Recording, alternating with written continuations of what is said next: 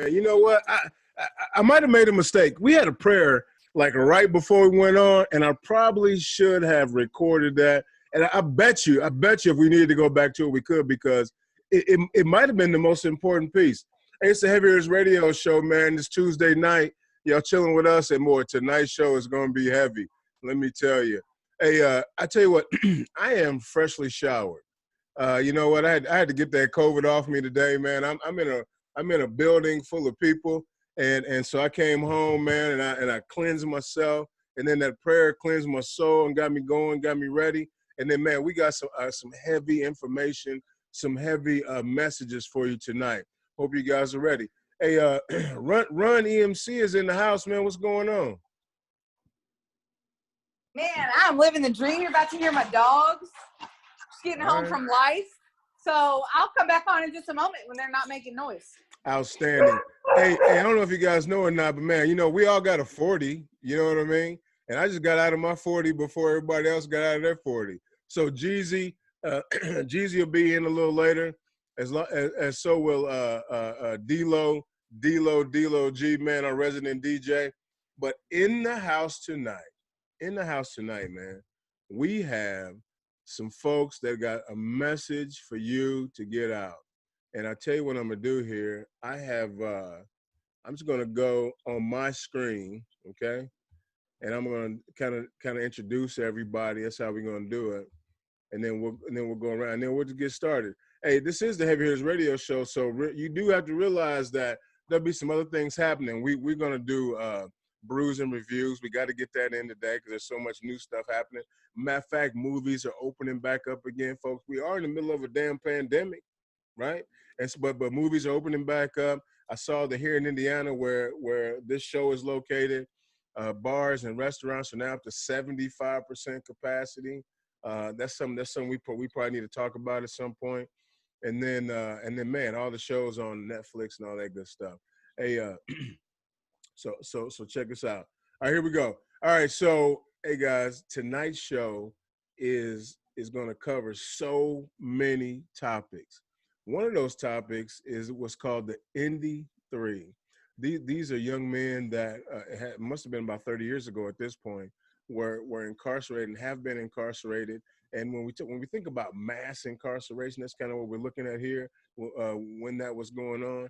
And we have Pastor Ruth Cosby here to talk about that. She's going to give us some information. She's also wrote a book that she's going to talk about. She's going to give us some information on Michael Lane and the rest of the Indy 3, and we're going to talk about that as well. Hey, I tell you what, we're also going to speak with Miss Overstreet. We're going to talk about Cieha Overstreet, and I missed the middle name. I know I did already. I'm horrible with that. I have to look it up if I have to.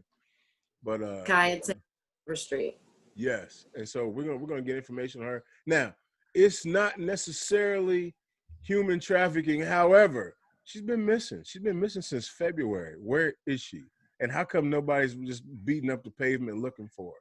We're gonna talk to her sister Katrina and her soon-to-be husband Kwame Shakur about all that. We're gonna find out. You know, hopefully we'll get some people on the street. We'll get some boots on the ground trying to find out where she is. All right. Hey man, we got Cee Gee up in here too, and Cee Gee is the cousin of Dorian Murrell. Dorian Murrell was shot here in Indianapolis during all the protesting and riots, and they have some interesting information on kind of, you know, how that investigation happened, who have taken Dorian's life. There's actually some videos out there, and I'll let Cee Gee and Kwame talk about that as well. And then, holy cow, I gotta look at my notes real quick. But we have the wife, right? We have the wife. Kwame, help me out. Throw me a bone. Shupavu. So Shupavu Kirima. Or you just say Shu. Is that fine, Shu? Shupavu Kirima. Shupavu Wa Kirima. Shupavu Kirima is here, folks, and she is going to talk about Kevin Rashid Johnson. He's the Minister of Defense for the new Afrikan Black Panther Party. And from what I understand, there was an assassination attempt. But I'm going to let them talk about that. You know, obviously, as always, the heavy hitters will have questions. But you know what? You got to realize, man, we bring the news to the people. Sometimes it's funny. Sometimes it's silly. Sometimes it's serious. Sometimes it's about life or death. But you know what? It's all information for the people. Heavy Hitters Radio Show. Y'all ready? Welcome, everybody. All right. I tell you what. So Ruth Cosby, you're here. You want to talk about the Indy 3? I tell you what, if you could give us some history, some brief history on how this all went down, that'd be cool. Okay, it's pretty lengthy, so I'll cut it real short. But Appreciate that. Young men back in 1986 hadn't been in trouble before and saw a taxi cab running, thought, hey, let's jump in and take it. So when they took it, they didn't know there was a lady in there with her 2 small children in the back seat asleep.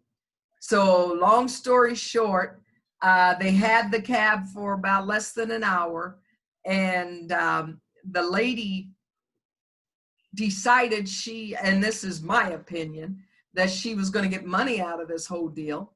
So she cried rape. Well, they took her straight to the hospital. All the reports show no rape. Everything was negative.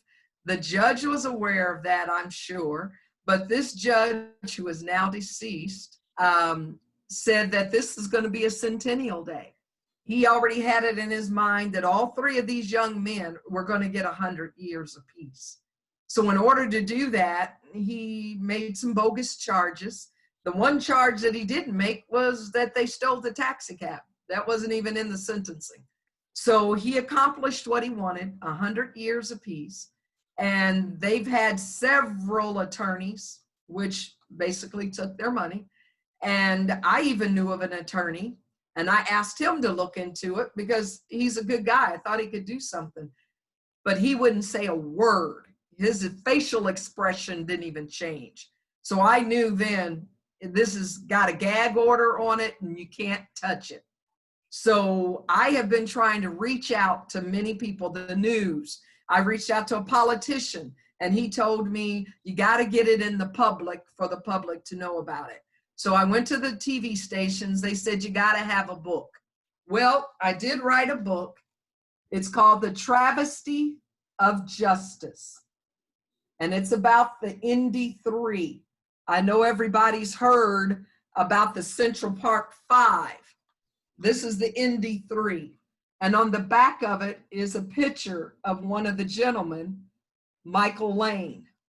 Michael Lane has educated himself since he's been incarcerated with the law. He's helped many, many inmates to get their sentences overturned, modified, but he can't help himself.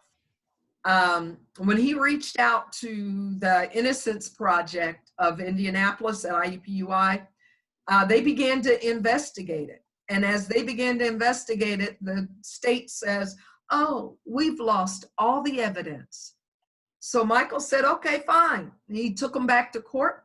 He said, you have no evidence to hold us. You're supposed to keep that evidence for 50 years. So he said, you need to release us. You have no evidence.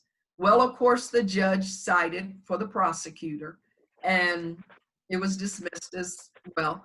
And he's filed many times clemency with the governor, no response. This last one he filed, I don't even know if it got out of the facility where he's at. And so I began, as I was finishing up the book, I reached out to the 2 gentlemen that were with him, Charles and Ricky, and I asked them for their intake. So they began to email me information that just about brought me to tears, because it was really sad to see their life taken for mass incarceration. It's money. The state gets anywhere from $31,000 to $61,000 in some states per inmate, which we pay for. That's our tax money. So the state knows, yeah, they're wrong, but it's just best to keep them in there, because when they get out, they were told by a credible source, the state owes you money because this was wrong. So the judge that gave them the 100 years evidently was not intending for them to get out. So one of them has been lured to a smaller facility, and he's one of the two that I have been contacting, where COVID is running rampant through their facility. They are on lockdown right now. Is that Miami? No, that one's actually Newcastle. Okay. Yeah, they've been on lockdown for a while now.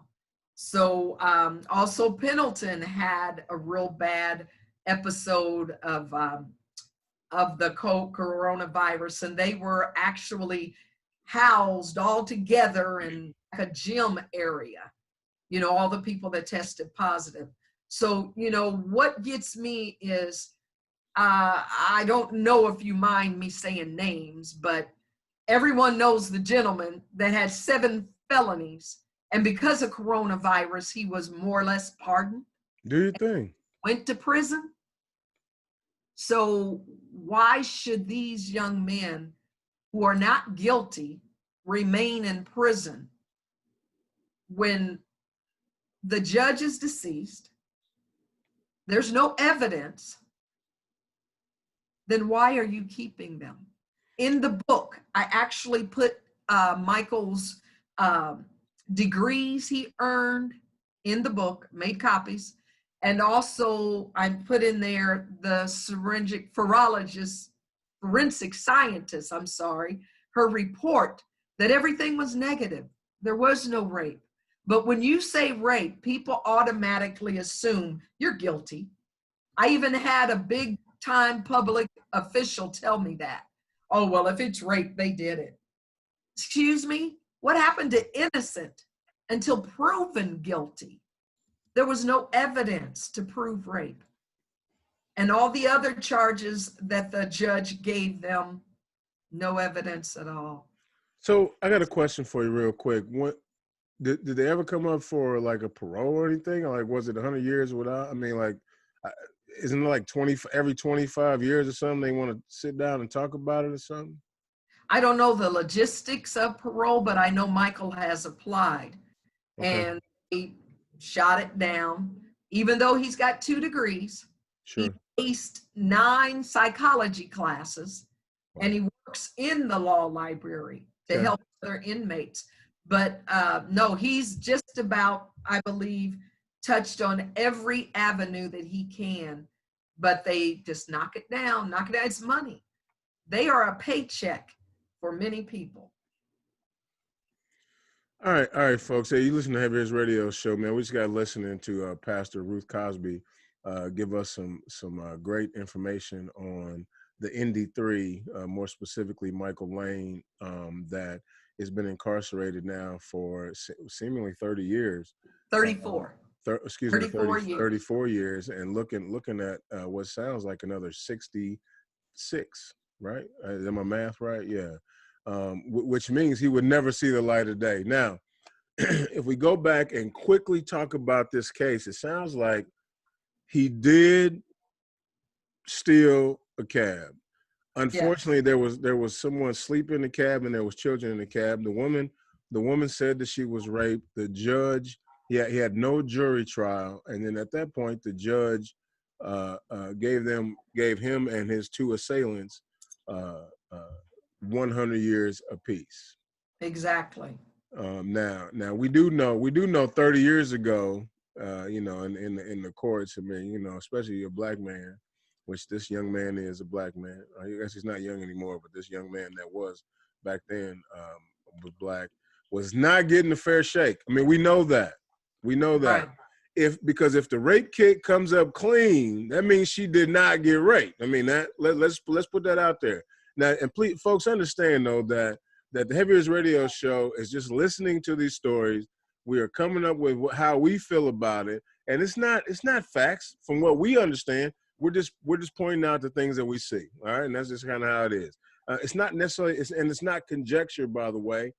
These are the folks that are on here have done research and they've done homework. They're not making this up, and we are just purely kind of answering to or listening to what they're saying, and then put it out there to the people. So I'm gonna put that out there to you because we don't know what's fact and what's fiction. We don't know that. We do have an opinion, and hopefully we're okay with that, right? We get our opinion up 8 million times, by the way. Moose aka Big House. Hey, real quick, man. I don't know if you guys saw on the screen, man. We got the one and only D-Lo G in the house. What's up, buddy? What's happening? How's everybody doing, man? Man, power to the people, right? Already, 100. Good to be Say here. boots on the ground. Boots on the ground. You know, it's funny. We got all these sayings like already, power. We got too many sayings. Sometimes I can't even keep up with it. You know, I guess we're pilgrims. Used to be like, "Hi, guys," and be done with it. Be done. All right. So That's pretty much all we have. Right, exactly. And then run, folks. Run's here. Hey, Pastor Cosby. You got any more information on this story, and where is it going from here? Like, what's the plan after the book is out and all that?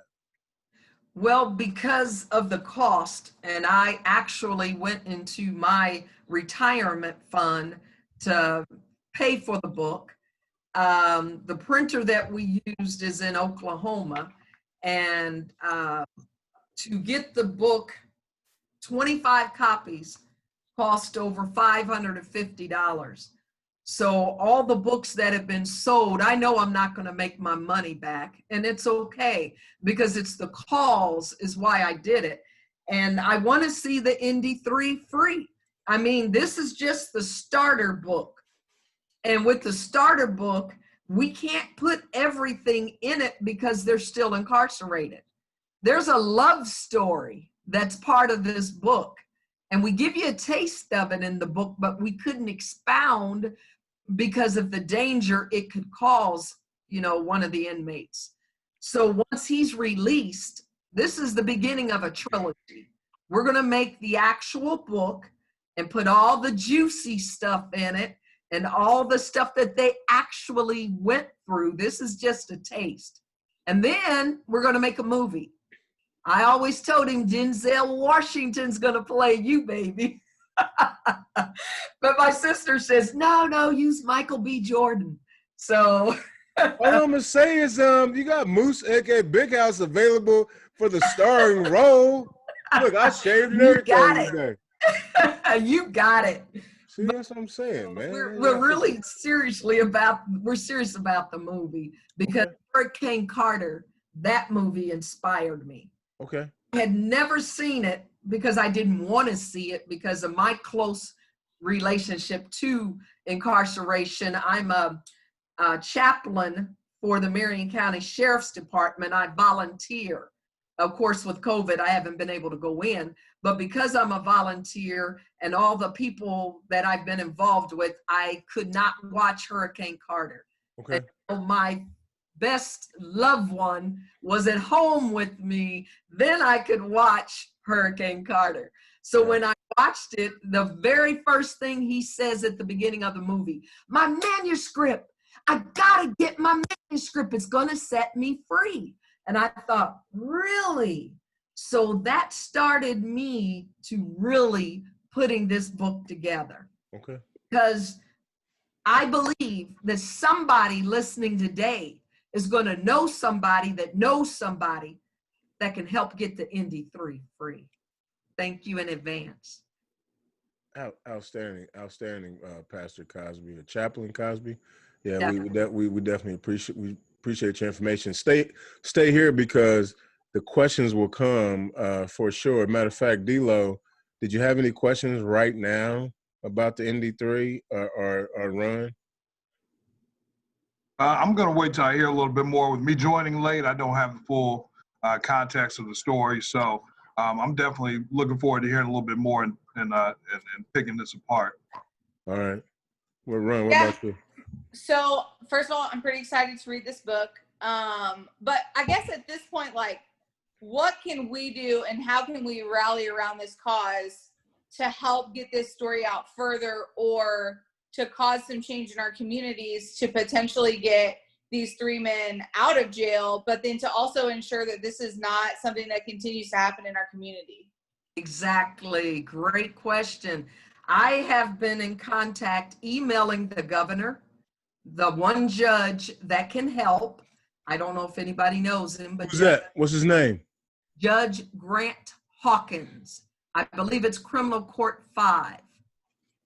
And he is the one judge that can make a change. I've been emailing him. I've been emailing NBC. I have spoke with some of the people here in Indianapolis, but they haven't really picked up on it. But in answer to your question, if we could get a group together, I have even talked to someone here about their radio show, but of course that question of rape comes in.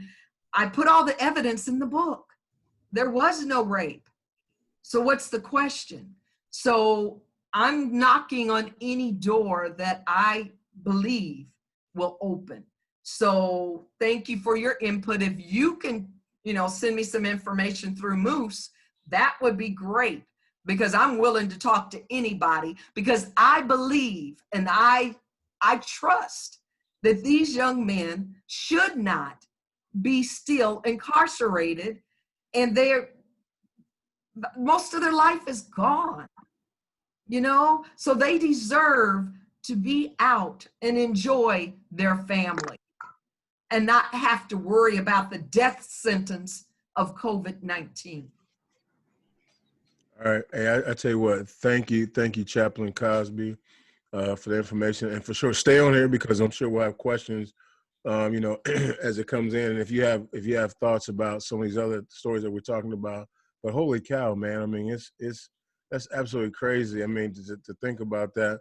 I mean, but I don't know if you guys saw. So I was watching, heavy hitters. I want you guys to pay attention to this. I was watching the Alfred Street Church. It's in D.C., Virginia area. It's in the DMV, or excuse me, DMV. And he had a sermon. He had a sermon on voting, right? Which I know sounds weird, but he's in the DMV, so of course that's what they're talking about that. And the pastor, and I can't think of his name right this second. I will call it here in a second. But he talked about the fact that how we've brought Trump into office, and people can be mad at Trump, right? You can be like, whatever, doesn't matter. And even if he gets voted out in November, guess what he's done? He has 300 judges that he's put around the United States. Wow. Not 100, not 200, but nearly 300 judges that he's appointed in the United States. And guess what? I don't know if y'all knew or not, but once you're a judge, you're there until you really mess up, you quit, or you die. That's how you lose your judge job. You go, you know what? I'm done with this. So, by the way, and not one, two Supreme Court justices. Although one of them been kind of turning the tail on him. I know they're not happy with him. So he might. Who knows what happened with him? Because he might come up smelling funny because he ain't been voting like they thought he was going to. But that is what voting does for us. It don't got nothing to do with what his tweets and him playing golf on Sunday. That have nothing to do with it. 300 judges. So when Michael Lane is going to court, the judge that, oh boy, obviously not then, but so any new Michael Lanes, that judge is the one that's going to make the call on him. And if it goes to the Supreme Court, then there's two of them on there that can make a decision. And by the way, the ones that used to vote for folks kind of like us, they sick and old in the mud. They trying their best to hold on. They fighting cancer, stomach aches, everything. They just keep coming back. Ruth Bader Ginsburg, right? She is super duper sick, man. And she's like, I'll do it from my bed. It's cool. I got y'all. Y'all just send it to me. I'll make a decision. So these folks are fighting. Like, these are true fighters. Anyway, I don't want to get on a soapbox, but heavy hitters, what do you think about that, man? These judges that are out there. Ron, you can go first, and then D-Lo, you can go ahead. And D-Lo, do your thing, man. Be you. So I think for me, it's disheartening, especially now that we just talked about the Indy 3 all got 100 years, which is 300, and that's how many judges now that Trump has put into office. So that's kind of a weird number correlation. But I would like to say it's exactly 8 weeks from Election Day. Make sure you are registered to vote. Outstanding. Appreciate you. D-Lo. I mean, from my perspective, I mean, that's pretty damaging. As a black man in this country who's already had the justice system stacked against us, to know that we have a president in office who has so many race-favored agendas, specifically just in terms of the direction that he's going with this country, to think that the real legacy is the power he's left in the court system with these federal judges who are never going to have my best interest in mind. You know what I'm saying? Anytime they see someone like me, I feel like this is another opportunity for them to make me an example.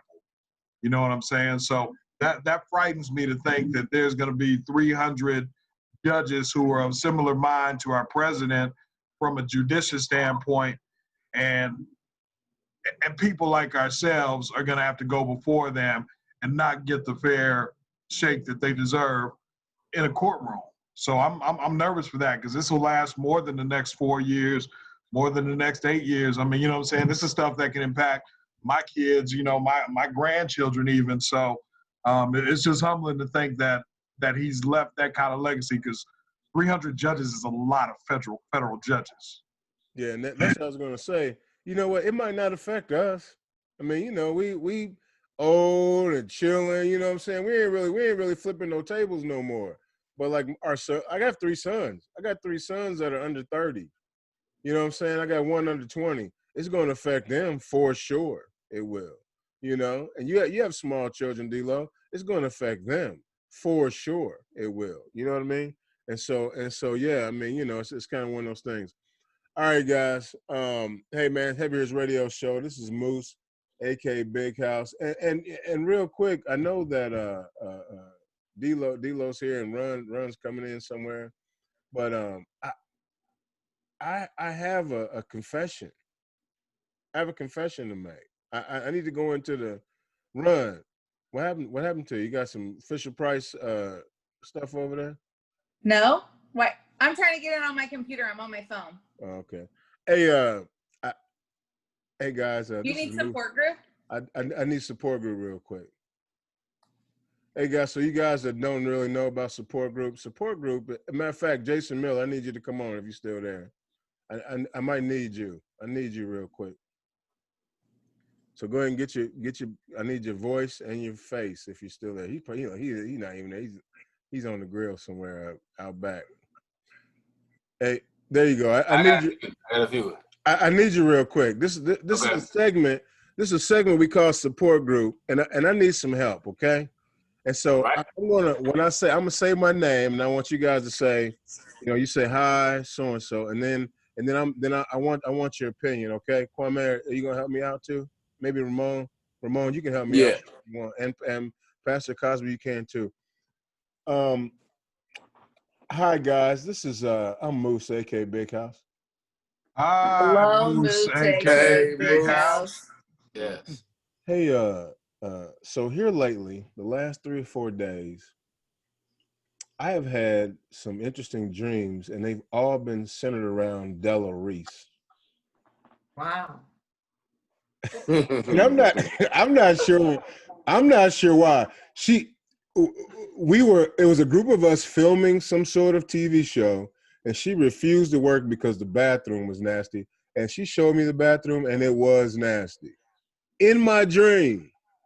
But she was an activist. She was strong, like she was funny. But why? What's the reason that Della Reese is in my dreams? I tell you what, Ron, you go first, then Jason, you can go, then Pastor Cosby, and then anybody, and then D-Lo, and then if Kwame, if you got anything, go. So first of all, I don't know who that is, but okay, never mind. We're done. We're done. You're out. If you don't know who Della Reese is, we're done. All right, Mr. Miller, what's your thoughts on that? I just feel like you have a deep yearning to be touched by an angel. Good answer. Was she in that show? Yes. Okay, all right. So I don't even know. I appreciate. See, that's why I wanted you on there. I knew you had something for me. I know. Pastor Cosby. Okay, I know Delarice. I have absolutely no idea why she would bombard your dreams. Every night. There's a hidden message in there. So study her. Find out what that hidden message is. I will.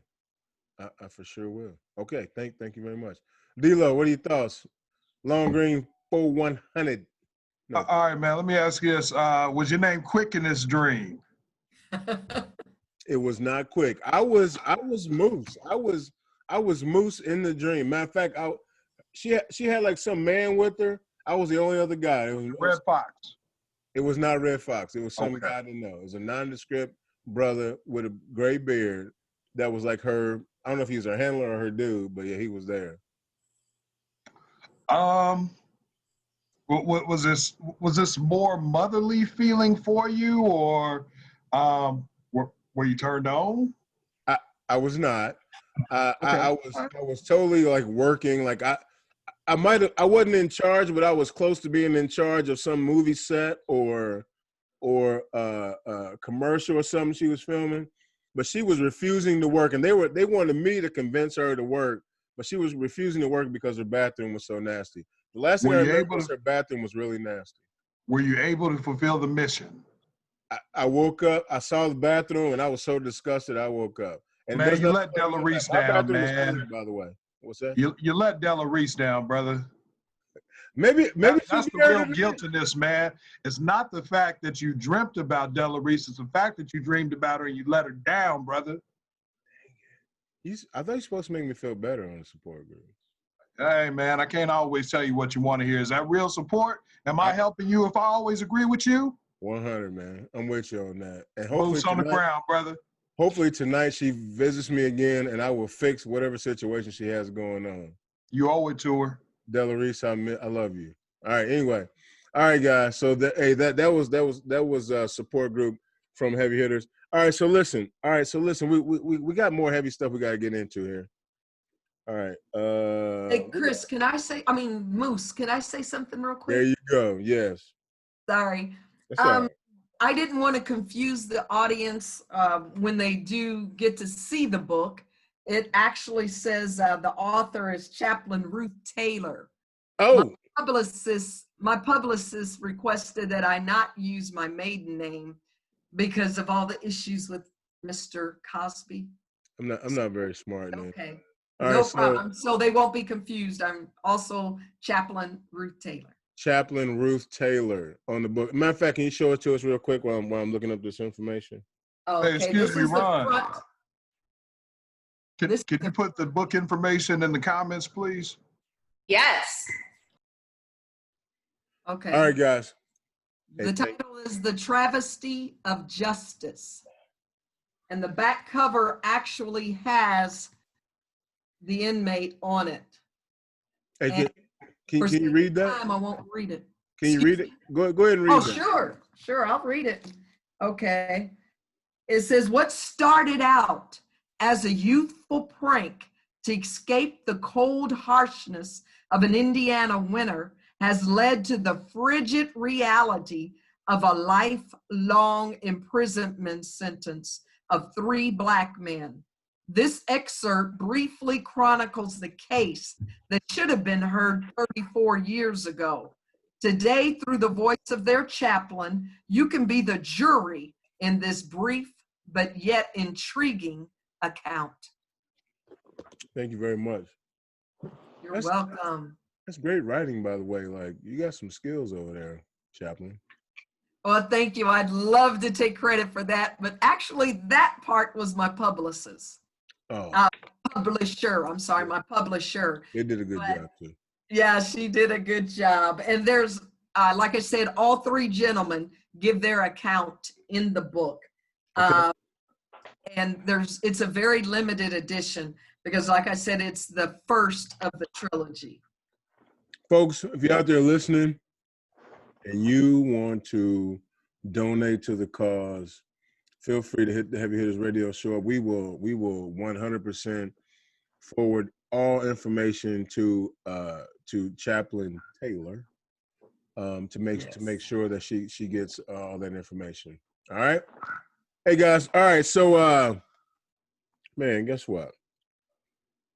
And you know what? I get like these friend requests or they want me to join these groups because they know that Moose is about the children, folks. Moose is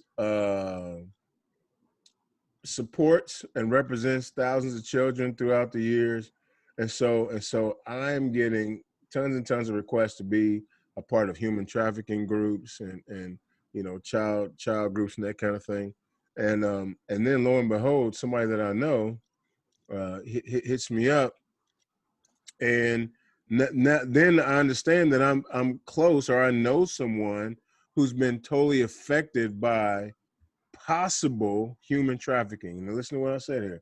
Possible. We're not sure. But when someone comes up missing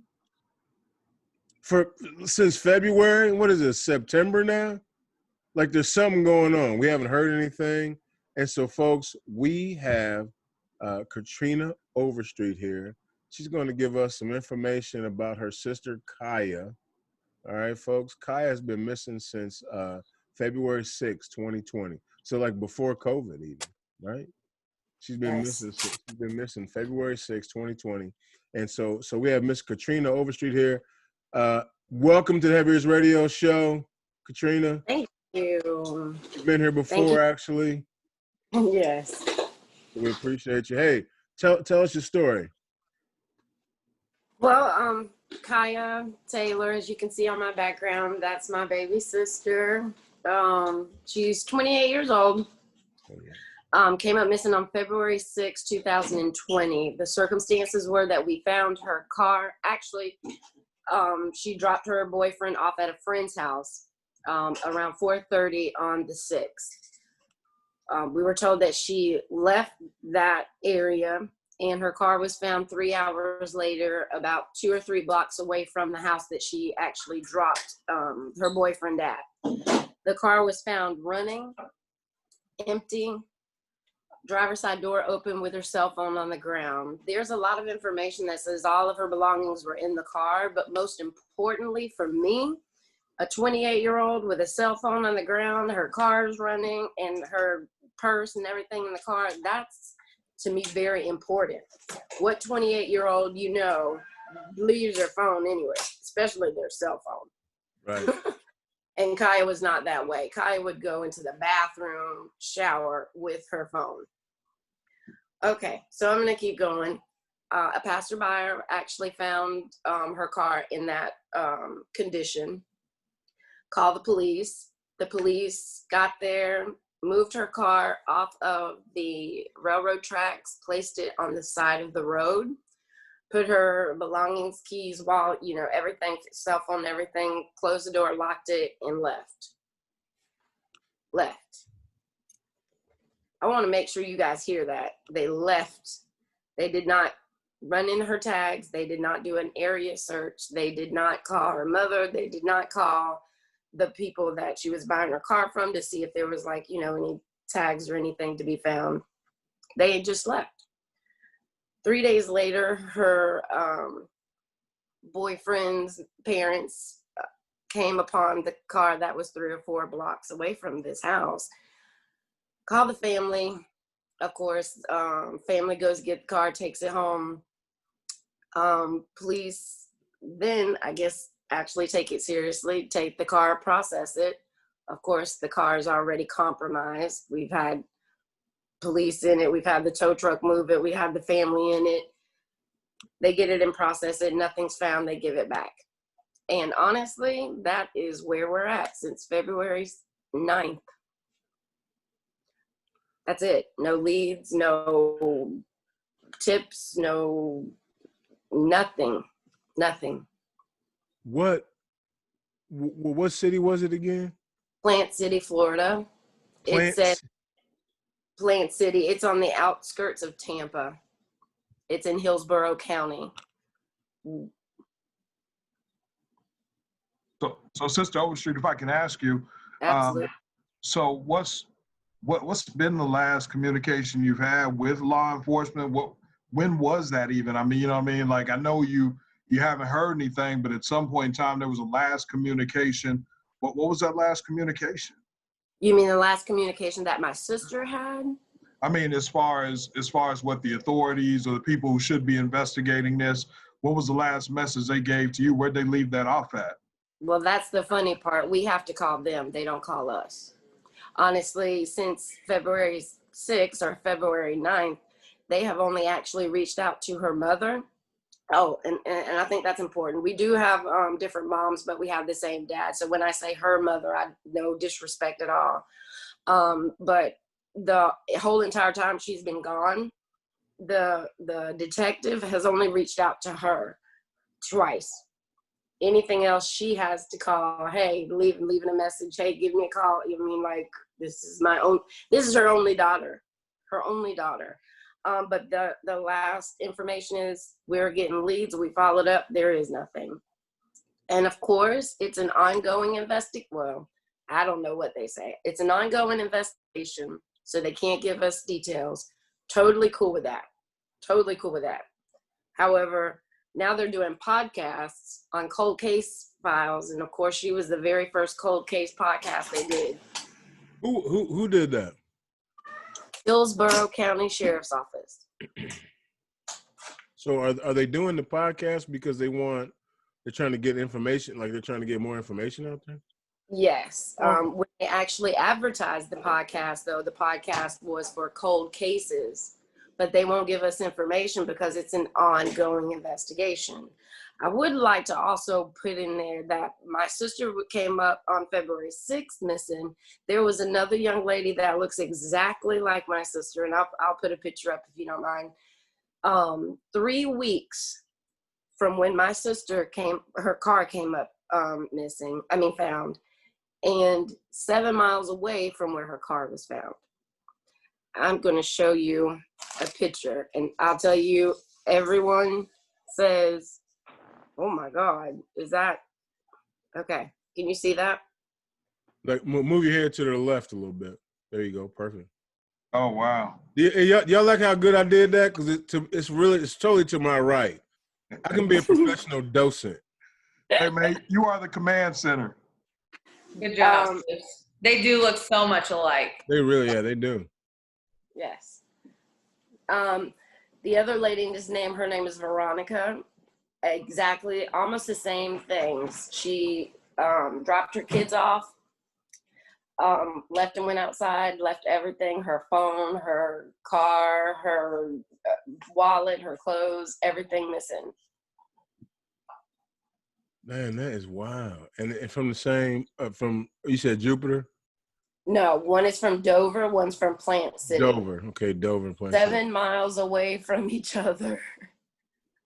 I know a lot of people don't think that these are connected, but it does seem kind of funny that these beautiful young women, round face, olive skin, dark hair, thick build, are just gone in the thin air.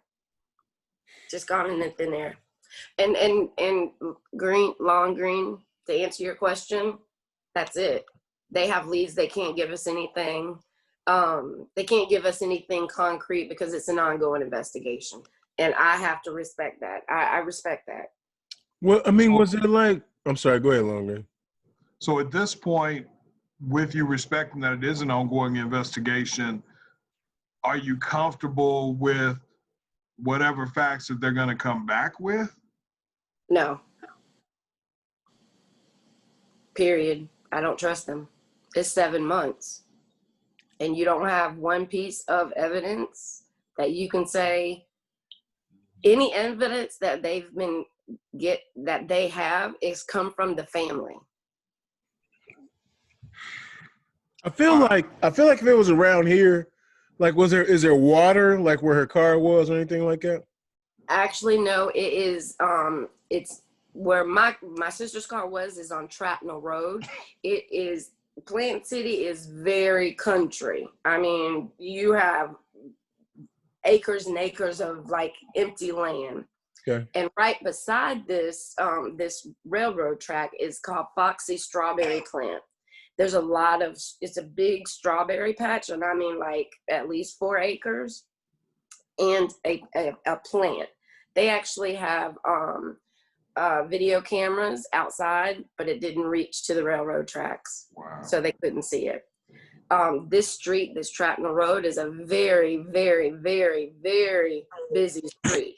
It could be 2 o'clock in the morning and you can sit out there and you see cars just coming and going, coming and going. It's a very, very busy road. Her car was found at 7:15, so this is 3 hours from the time that she dropped her boyfriend off. It is still light outside here in Florida. There is houses beside this railroad track, and I'm like Miss Cosby. Somebody somewhere knows something, and they need to talk. We have finally gotten a reward, a $5,000 reward for Kaya from the Taylor family, from the Taylor family, which is her mom's side of the family. You know, we're still working on increasing a reward for Veronica, because I do work very closely with her dad. Mm-hmm. Oh, he loves, it makes me want to cry just talking about him. Actually, Veronica was married, and her husband had said that he would put up a reward. He has now recanted on that reward, so she has no reward at all. Oh, man.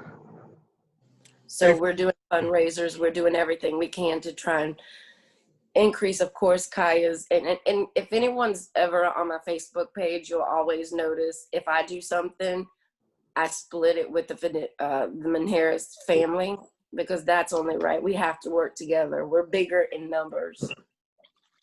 Yeah, that's for sure. Hey, real quick, hey guys, you're listening to the Heavy Hitters Radio Show. Man, looks like we got a new listener, Artonia J. Armstrong. She hit us in the chat. And she says she's praying for you and your family. Thank you. I'm not sure if you know her, but it's cool. She's never hit us up before, so that's pretty cool. And then Big Gates out of Houston, Texas, who is an avid listener to us, is like, man, y'all act like we can see what y'all talking about. So I sent him the Zoom so he can get it. Oh, great. He won't do it because he's not as good looking as D-Lo and G and myself, but you know. But that's Dorian's grandmother. What's that? Gotcha. The lady who messaged you in the chat, Moose, is Dorian's grandmother. Oh, okay. All right. Hey, yeah, that's Dorian's grandmother's who that is. Miss Armstrong, man, we appreciate you being here. This is Moose, aka Big House Heavy Hitters, man. Welcome to the family. You are a neighbor of our show. Hey, excuse me, you guys, listen to Heavy Hitters Radio Show. This is Moose, aka Big House, man. In the house, man, we have the lady of the show, the one and only Run. E. M. C. And the dog. and her dog. I'm sneezing right this second. And then we also have D-Lo. Hello. G. What's up, D-Lo? Hey man, and then we got lots of guests here tonight. And man, I tell you what, the show is heavy. Miss Armstrong is listening. She can hear us, right? And she's chatting on the screen. You guys can't see like in the compound studios, man. We're hooked up in here. It's like I can see her chats up in front of me. So you guys can't see it, but she said, "God bless you." Hey, we appreciate you. Matter of fact, so you said she's Dorian's grandma? Yes, she is. Okay, so we're actually going to jump into that story here in a second, but I got to take a quick break just because, man, Heavy Hitters Radio Show does lots and lots of, like I said, we give lots and lots of information, right? And we have what's called brews and reviews, right? D-Lo, you just put yourself on mute. No, you gotta come back off mute. D-Lo, tell us what Brews and Reviews is all about. Brews and Reviews is the Heavy Hitters Radio Show rating system. It's pretty much a reverse scale rating system where you can brew and review any product. And when I say brew and review, for example, the less brews that it takes you to enjoy something, the better it is. The The more brews it takes you, the worse it is. If it takes you 1 or 2 brews, this thing was great. But if it takes you 7 or 8, it's on the other side of that. You can review any products, any experiences, anything you can assign a rating to, you can brew and review. Outstanding, man. Hey, I appreciate you. Hey, man, shout out to Big Gates. He listens to us on Tuesdays while he's working. So he hit me up. So, folks, I don't know if you guys know or not, but people hit us up on social media. So I'm talking to him on Instagram, and then we have Miss Armstrong here that's on Spreaker, and then we got this thing going on. Hey, so real quick, I am watching this show that I'm so into, and it's called The Legends of Korra. So it's like the Airbender series with you know what I'm talking about, like with Aang and all that, and like it's the Legend of Korra. So it's the story that's after Aang passes away. And I know I'm sounding like such a nerd right now, but I do not care. It is must-see TV, and it's on Netflix. It's a cartoon, and I'm enjoying every ounce of it. The Legend of Korra. It's on Netflix. It's worth the watch. But what you might do is watch The Last Airbender first, then watch The Legend of Korra. It's, I don't know, it'd be about 10, 11 seasons or something, but it's for sure worth it. And then, man, The Boys came out, Ron. It did. What you think Jeezy's about that? mad about it. I'm sad he's not here to talk. The Boys, man. No spoilers. If you guys haven't seen The Boys, No spoilers. what is it on Amazon Prime? It's on Prime Video. Jeezy's just mad because they only came out with 3 episodes to start. Because they don't want people watching the whole thing in one day and being done with it. Who's Which got is time exactly like how that? it's done. I don't have time like that. Anyway, I'm not a binge watcher, folks. Hey, Kwame, is there anything? This is gonna be a funny question for you. Is there anything that you watch on TV that you like? You talking about as far as right now or something? Right now. All right now. So me and Katrina is watching The Wire. I don't know if y'all ever watched The Wire. From like the 80s? No, The Wire came out in 2002. But you know, I was watching. This was one of my favorite shows in prison. Okay. So I like watching it because it's based on a true story. Right. And it really gives you a real synopsis of all the dynamics that goes on in the streets, with the police, with the politicians, with the media, and it gives you a real breakdown of what goes on and stuff. And a lot of me and Katrina be watching it because it really gives you a understanding of what's going on now in a lot of different ways, the little sneaky stuff they do. You know what I mean? Yeah, it's today. It cracks me up, man. On my Facebook, and I'm like, oh, we need peace and unity 6 years ago. Oh, yeah? Doing the same thing still? Man, it's ridiculous. All right, hey, so I appreciate that. Hey, CG, what you watching, man? Colts fan, by the way. I like that. Sorry about that. My mic was muted. What was that again, Moose? What are you watching right now, man, that you can give a brew and review on? Actually, I'm watching the screen right now, just kind of taking in all the information everybody's kind of giving out. You know what I mean? So I'm focused in right now. Zero brews on the Heavy Hitters Radio Show. I can go ahead and answer that question for you. For shizzle. Hey, let me see here. I tell you what, I can't never get this right. Shupavu. Can you unmute yourself? Hey, are you watching anything on TV right now? Are you focused? Lovecraft Country. What's that? HBO. It's Jordan Peele, the producer of Us and Get Out. Okay. He has, I can't believe you all don't know about this. It's a series that comes on HBO Sunday night. And it is kind of an action-packed sci-fi type thing. And it takes place in the early 50s, all Black characters. And I don't even know how to describe it. Hey, but, is that the one with Janelle Monáe as the main character? No, that's something different. That hasn't come out yet. This has, okay.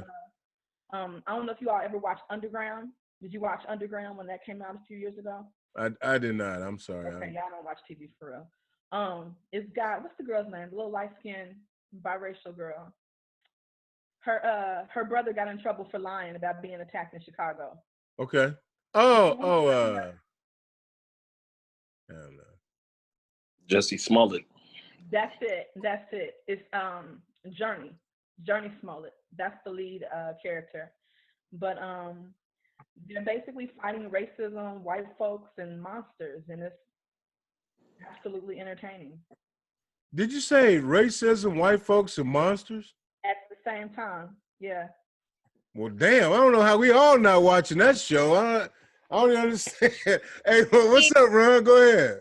That's the life we live. It's just racist white folks are monsters. There was just some words missing from that sentence. You are such an ally, man. People got to love you, man. I don't understand it. Thank you. You guys listen to Heavy Radio Show. We just talked about white folks, racists, and monsters, all in the same. And I tell you what, I'm sure you give it zero views. So we need to look it up. I don't even have HBO. Yeah, all these channels, no HBO. I think I get it for free, maybe. I just need to get a 7-day free trial. I did that for 2 weeks in a row. I alternated email addresses. On the third week, I finally broke down and subscribed. So yeah, that's what you do. That's how you make it happen. Did we record that part? Because I need to go back and play our hustle plan. I remember. I got you. I got you, man. Hustle hard to go home. You know what I mean? Hustle hard to go home. You listen to Heavy Hitters Radio Show. Real quick. I mean, I didn't even ask you, but Chaplin, anything you're watching? Anything you're watching on TV that you might want to share and give us a brew and review? Even though you probably don't even drink brews, but you might have 2 sweet teas while you're watching it. Yeah, that's basically it.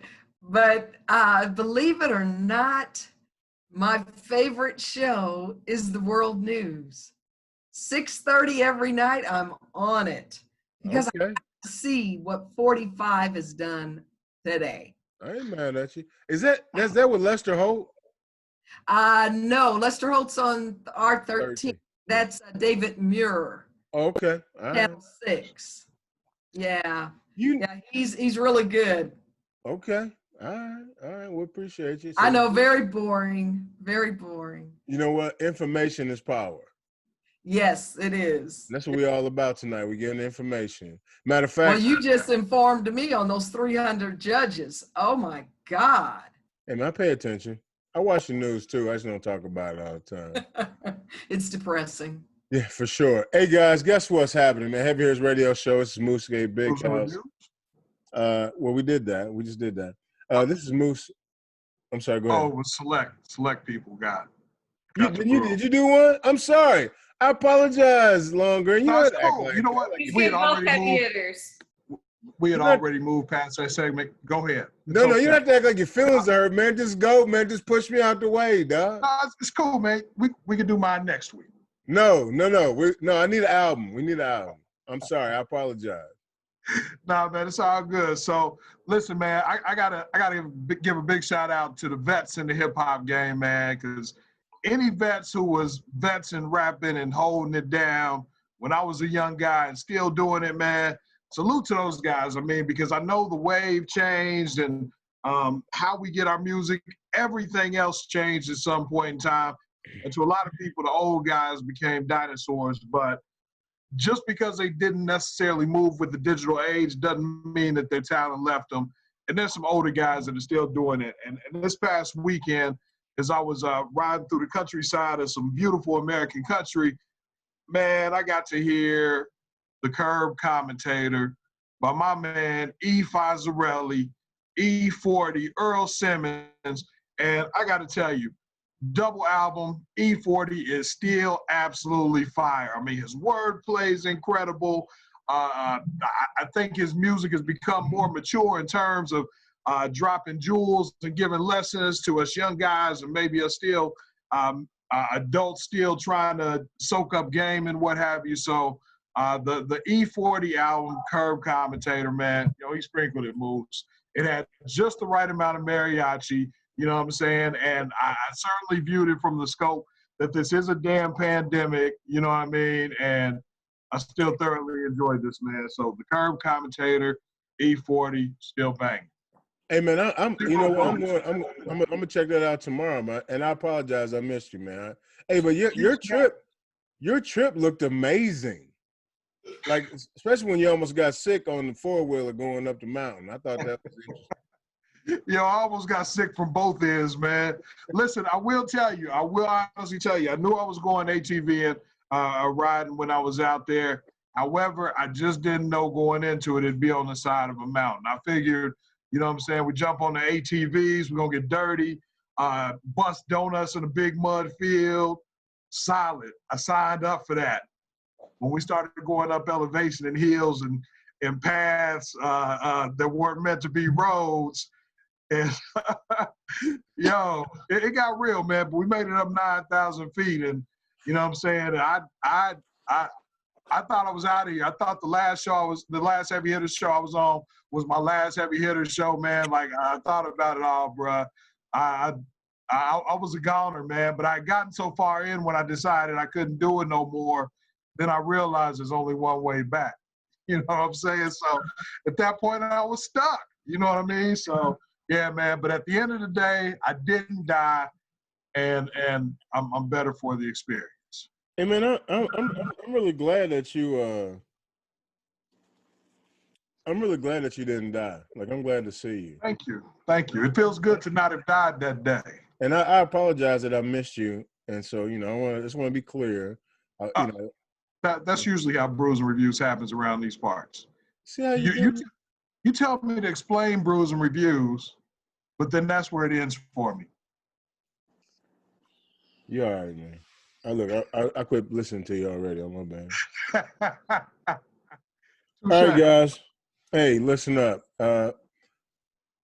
Shupavu. Did I say it right? Shupavu Wa Kirima. She's here. Say it again, sweetheart. Shupavu Wa Kirima is here, and she is going to talk to us about her husband, Kevin Rashid Johnson. He's a member of the new Afrikan Black Panther Party. He's currently incarcerated.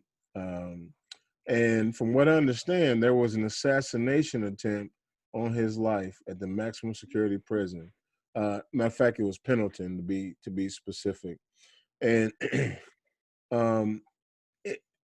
I don't even know how any of that stuff works, to be honest with you. I mean, you know, Moose, I've never been in a prison necessarily, so I don't know how that works. So we have some folks that understand kind of how that works. All right, and so Shupavu, if you could give us some information on what happened to your husband and what information you want to get out, the floor is yours. I appreciate that. I first want to thank you for welcoming me here. I want to thank Comrade Kwame for making this happen. I want to tell you a little bit about my husband, Rashid. He is a co-founder of the new Afrikan Black Panther Party. He is actually the Minister of Defense. He is a very well-known political prisoner.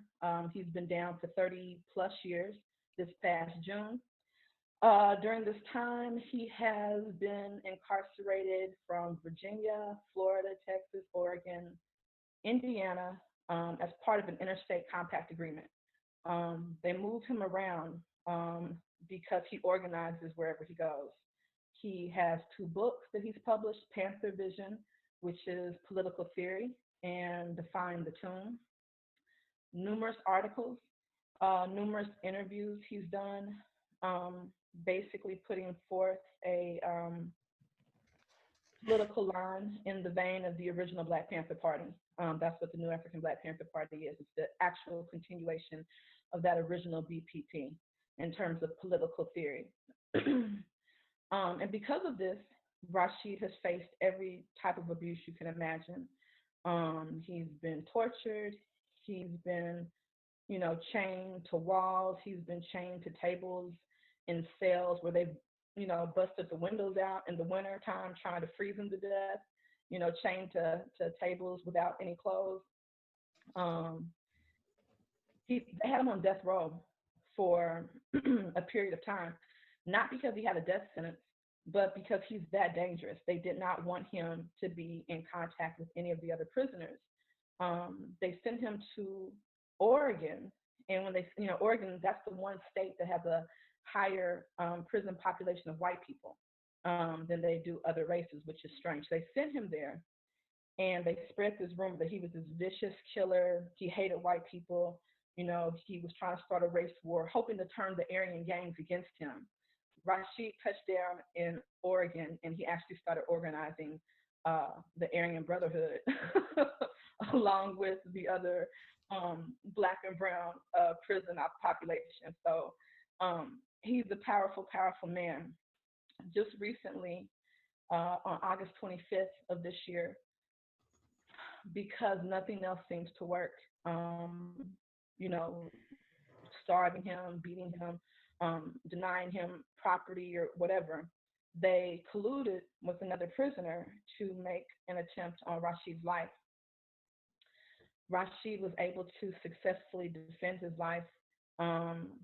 He got away with 3 stitches in his hand, and the other person allegedly has life-threatening injuries at this point. Immediately following that, they had a disciplinary hearing that he was not invited to. They confiscated all of his legal property and paperwork, so he was not able to defend himself. He wasn't invited to the hearing, and he was sent to Wabash Valley Correctional Facility. And right now he is in the Supermax SHU unit, his special housing unit, which is nothing new to him. We've been down this road before. During his time in Pendleton, he was never allowed to speak to his attorney. They refused to put his attorney's phone number on his approved phone list. He wasn't able to visit with his attorney. I mean, just crazy, crazy violation of constitutional rights, human rights, but these people are allowed to do this because the prisoner population, as Pastor Ruth said earlier, that's like the most marginalized sector of our society. And if you hang a tag on somebody, a criminal, even though we understand that the ruling class and the current, judicial system creates crime, that's all that matters. Their voices aren't heard, they're not respected, and horrible things happen in these prisons. Pendleton was on Rashid because he continued to publish articles about the disgusting, inhumane treatment that these prisoners were going through in the midst of a global pandemic. I mean, it was horrible what was going on. They were throwing people who had been confirmed positive in with other people who had not been confirmed positive. They were not feeding them. They did not provide masks until, maybe last month is when prisoners actually got masks to protect themselves. They were not provided with cleaning supplies. They weren't being given medicine because nurses and staff didn't want to come on the wings. Just every possible violation of human rights. So we are calling on everyone to contact Wabash Valley Correctional Facility. Let them know you support Rashid. Let them know that we are watching. He's got international support. We've got comrades calling from as far away as Egypt and Germany. We just want to continue to apply pressure. I'm in consultation right now with the People's Law Center out of Chicago, which is the same firm that handled Fred Hampton's trial after he was assassinated. So we have support and we're working. Kwame has been a huge help to me. So I really appreciate that, comrade. But that's where we're at right now. We just want to get the word out and publicize, for the people who don't know who Rashid is, we want to publicize that as widely as possible. Man, I don't know. I normally have something to say and have a thought about it and all that stuff, but I'm a little bit lost for words at this point. I feel like society forgets about these gentlemen, right? And here's what happened. At some point they committed a crime, right? And Maybe, so society, I'm sorry? Maybe not. Right. Maybe not. you know? Right. No, you're absolutely right. At some point, there's a possibility. You know what? Thank you for setting me straight on that, because you're right.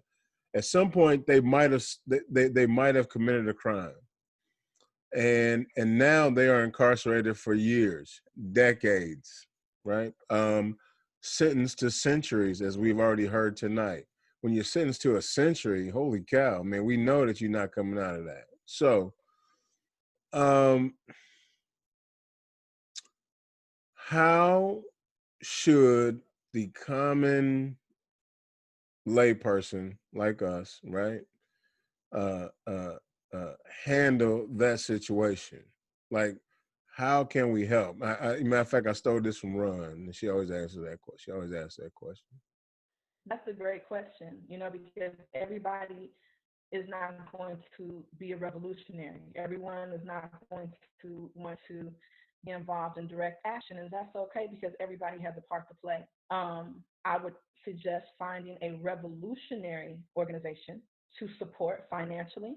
And I'm not talking about Democrats, Republicans, or even the Green Party. I'm talking about a revolutionary organization. I'm talking about mutual aid organizations, people who provide bail funds, you know, for the protesters who are out there.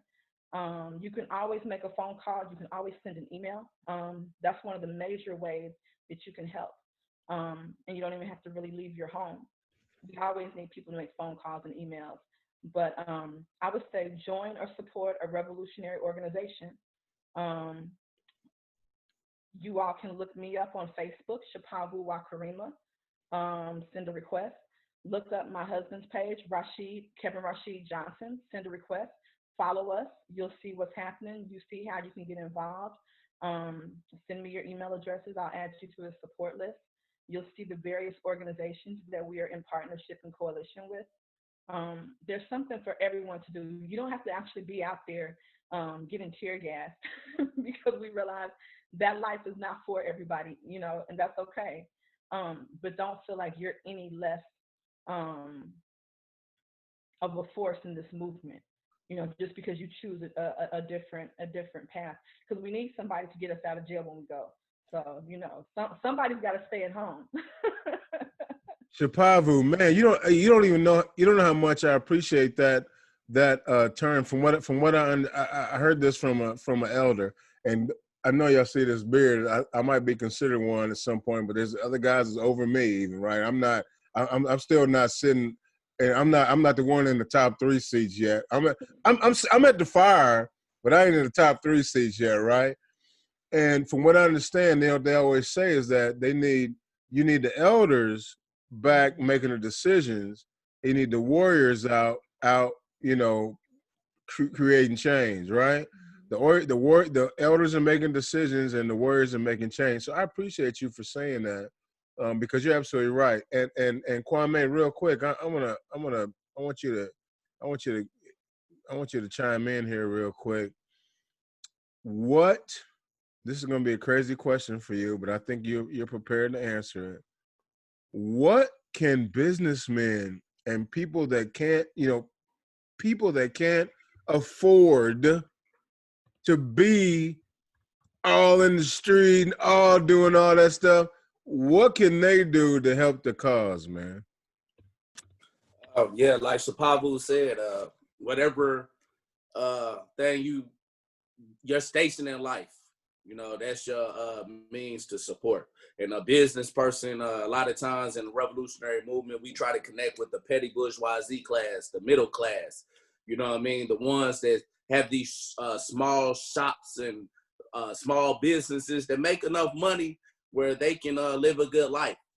But also support the ones out here that's trying to struggle and make our community better and struggle for different relations amongst people and stuff. Because a lot of the people, the business sector are not the big bourgeoisie. They're not the 1%. Those aren't the transnational corporations that's stationed in different countries. It might be a mom and pop store in your neighborhood that cut hair or barbecues and stuff like that can lend a couple dollars to the movement to help support our community. You know what I mean? And I think that's important that the business sector the business sector actually does their contribute and financially to the movement, because a lot of people don't realize, like for instance, when Malcolm X died, he was poor. You know what I mean? When we do these things out in the streets, if we don't have financial support out here, it's hard for us to get by. You know what I mean? To even pay our bills. We have lives as well. You know what I'm saying? We have car payments, we got house payments, we got car insurance payment.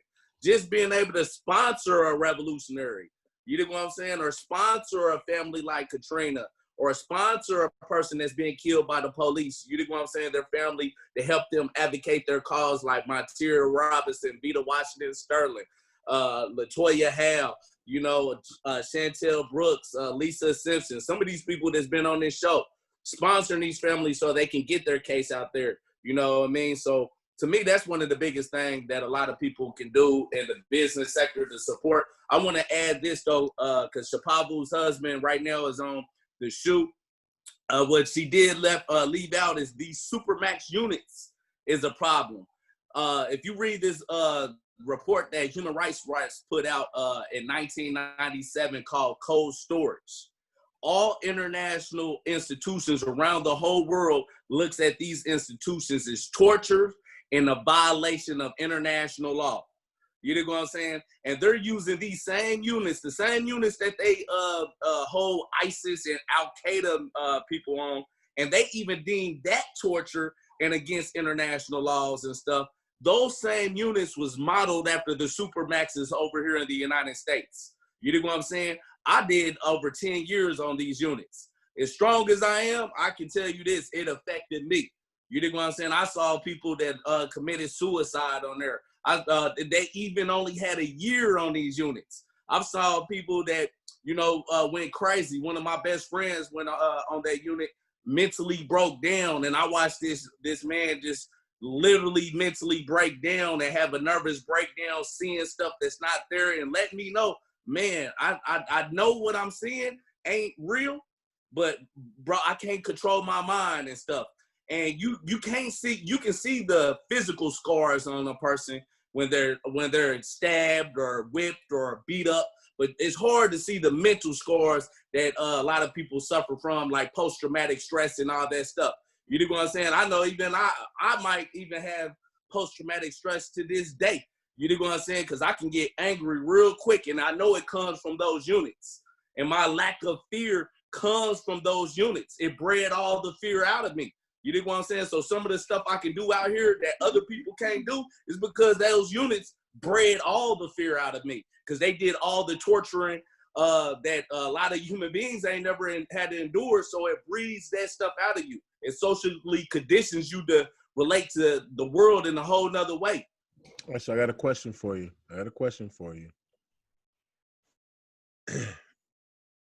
The masses are going to ask someone like you, if it breeds that out of you, why do we let you go?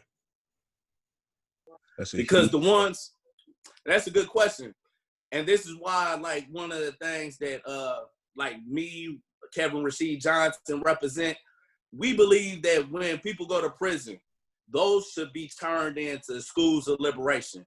When you go in there and educate yourself and pick up books, even though you might be, society might have left a permanent scar on your social personality.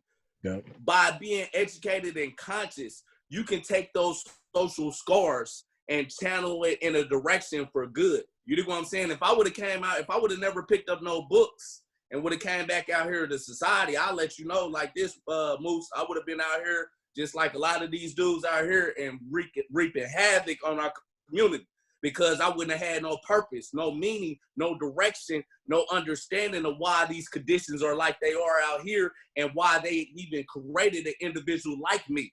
You know what I'm saying? I even had to study psychology books to understand what they was doing to my mind on those units and stuff, so people can be redeemed. That's one people have to understand. But because these units exist, and a lot of people are not coming in there and educating themselves, because even in prison, some of the drugs I came across, I didn't come across it first out here in the streets. I came across it in prison. You know what I'm saying? So a lot of the people that's locked up for the crimes they in there for, like the dope fiends and stuff, they got 50 years for doing drugs, they go in there and still do the same thing. How does it get in there? It comes in there by the same system. The same system, the police, the sergeants, lieutenants. This is the same people that's putting it out here on the streets in our community, locking us up. That's why I say read the New Jim Crow by Michelle Alexander, and you'll understand what this war on drugs is really about. It's to undermine Black liberation movements. You dig what I'm saying? So at the end of the day, we have to organize even around shut down these supermaxes because they're creating social paths. And people talk about the violent crime out here. Some of these brothers that's coming out here, man, is coming out here because the system damaged them purposely. This is by design because they're putting them back in the Black and brown community. And when they come out here, they coming out here with viciousness on their mind because they was damaged and tortured. If you put a pit bull in a cage a dark cage and you torture that pit bull, that's how you make that pit bull vicious.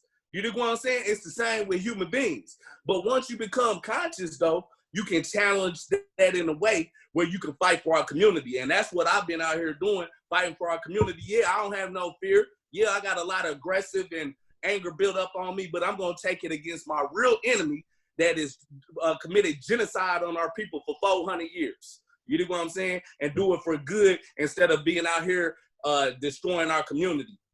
So I think it's important. I think it's important though, like what Comrade said, to really take another look at what we consider to be crime and what we consider to be criminal. You know, because what is happening in these institutions, and he touched on this a little bit, that's the real crime. You know, a lot of these laws that, you know, have our Black and brown brothers and sisters too, you know, come into contact with the prison industrial complex. These are designer laws that were created to affect our communities disproportionately, you know, because private prisons need prisoners to create profit. So we really have to take another look at what is crime and what is criminal. You know, this system perpetuates crime and criminality, and that's just that on period. Okay, man. You know what? I mean, here's the thing. I think, hey, folks, you guys listen to Heavy Hitters Radio Show, by the way. Man, we got D-Lo 400 in the house, man. We got Run EMC in here. And speaking is Moose, a.k.a. Big House. And you guys are listening to a show. The title is No Justice, No Peace, Heavy Hitters Radio Show. Now, I know what people are going to say. People that listen to this show are going to say, well, they shouldn't have committed the crime. They're gonna say, well, Michael Lane shouldn't have got in the car. Whatever Kwame did, he shouldn't have did it. Whatever Rashid did, he shouldn't have did. Then they wouldn't have been in trouble. That's a lot of our listeners are going to say that. There's no question. They're gonna say, well, why were they there? You know, I mean, that is the reality of the listeners that we have on our show. The only one, you know what? They're gonna have compassion for Kaya. She wasn't doing nothing. She was riding her cars. They got compassion for Kaya, but the rest of them, because I don't know if you guys know or not, but we have a very diverse audience. And some of them are gonna be like, man, I understand, but the rest of them are gonna be like, yo, they shouldn't have been there. Let me answer that, Moose. Please do. So this is what I say to the ones that say that. You got to put things in historical perspective. As a revolutionary, I'm a historical materialist. We have to see the coherency of history to see how things even got to the way it is today. And I've said this time and time on this show, when you've killed all of our real leaders, like Martin Luther King, Malcolm X, Fred Hampton, Bunchy Carter, George Jackson, like y'all trying to do, Kevin Rashid Johnson, like y'all trying to do me, and a lot of other people out here, and you don't have those examples in our community. When you lock up people like Mutulu Shakur, when you individuals like Bobby Gore for something he ain't do, and then you turn around and flood our community with drugs and stuff. Richard Nixon, H.R. Heidelman was his senior advisor.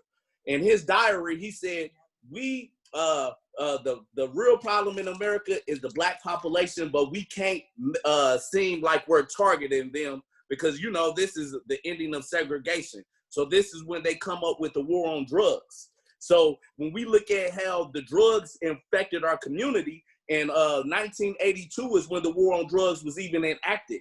A lot of the people that, like I said, read New Jim Crow by Michelle Alexander if you want to do your homework and understand what's going on today. But drugs wasn't a problem in 1982. And a lot of the individuals, the chiefs of police around the country was like, violent crime is the problem. Why are y'all want to put money in the drugs? And Ronald Reagan said, look, invest in the drugs. We'll give you federal money. We'll send you military equipment. Voila, Freeway Rick Ross happens.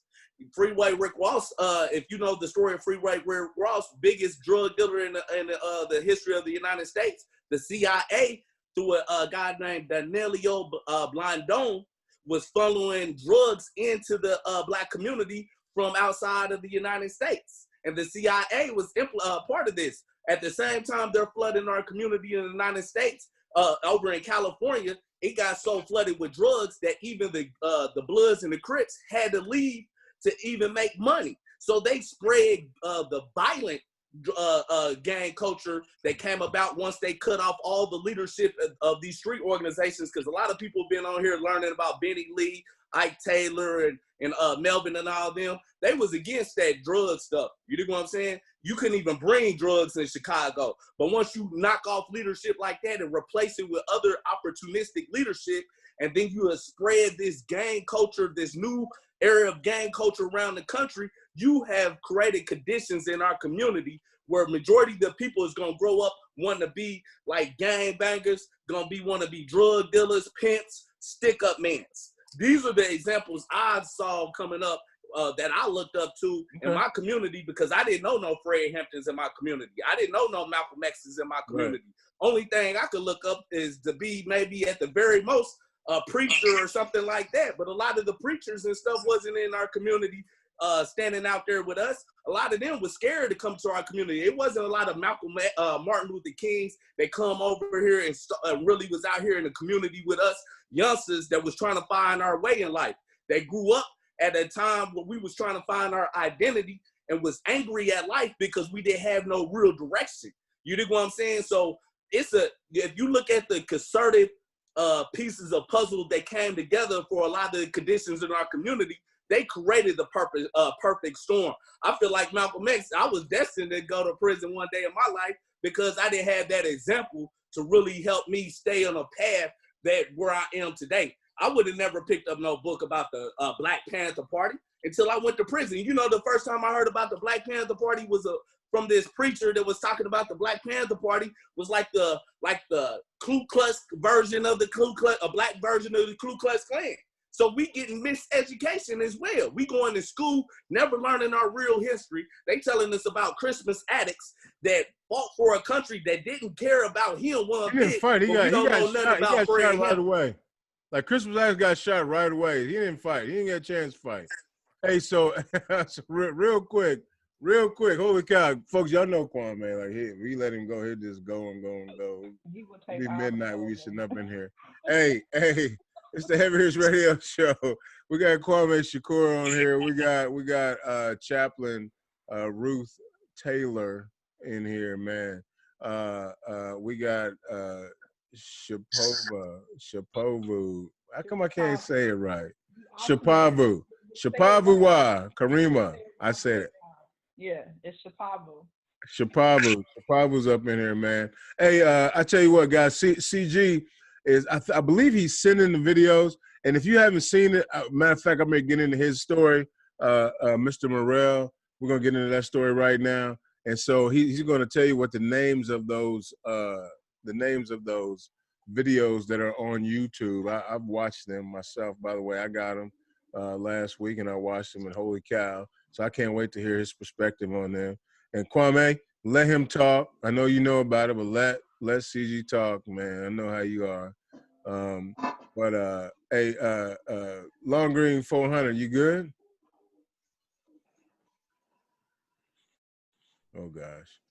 Just putting information in the chat and requesting information. Okay. All right. Outstanding. Run. You good to go? Yes, I'm fired up. I got a whole list of to-do items over here, just based on what we talked about tonight. You know how I roll. All right. Outstanding. All right, guys. Here's our last story. Here's our last story of the night, and I'm not sure why I take notes on my phone because I probably shouldn't. Because then I got to dig it out. I got to look for it, and then I got to find what I'm looking for. But here, I got it right here. So let me see here. All right. So my man Cee Gee is up in here. I have his government name, and I didn't tell it. I know what it is, and I didn't say nothing. That's all right. So he's gonna give us the real story behind Dorian Murrell.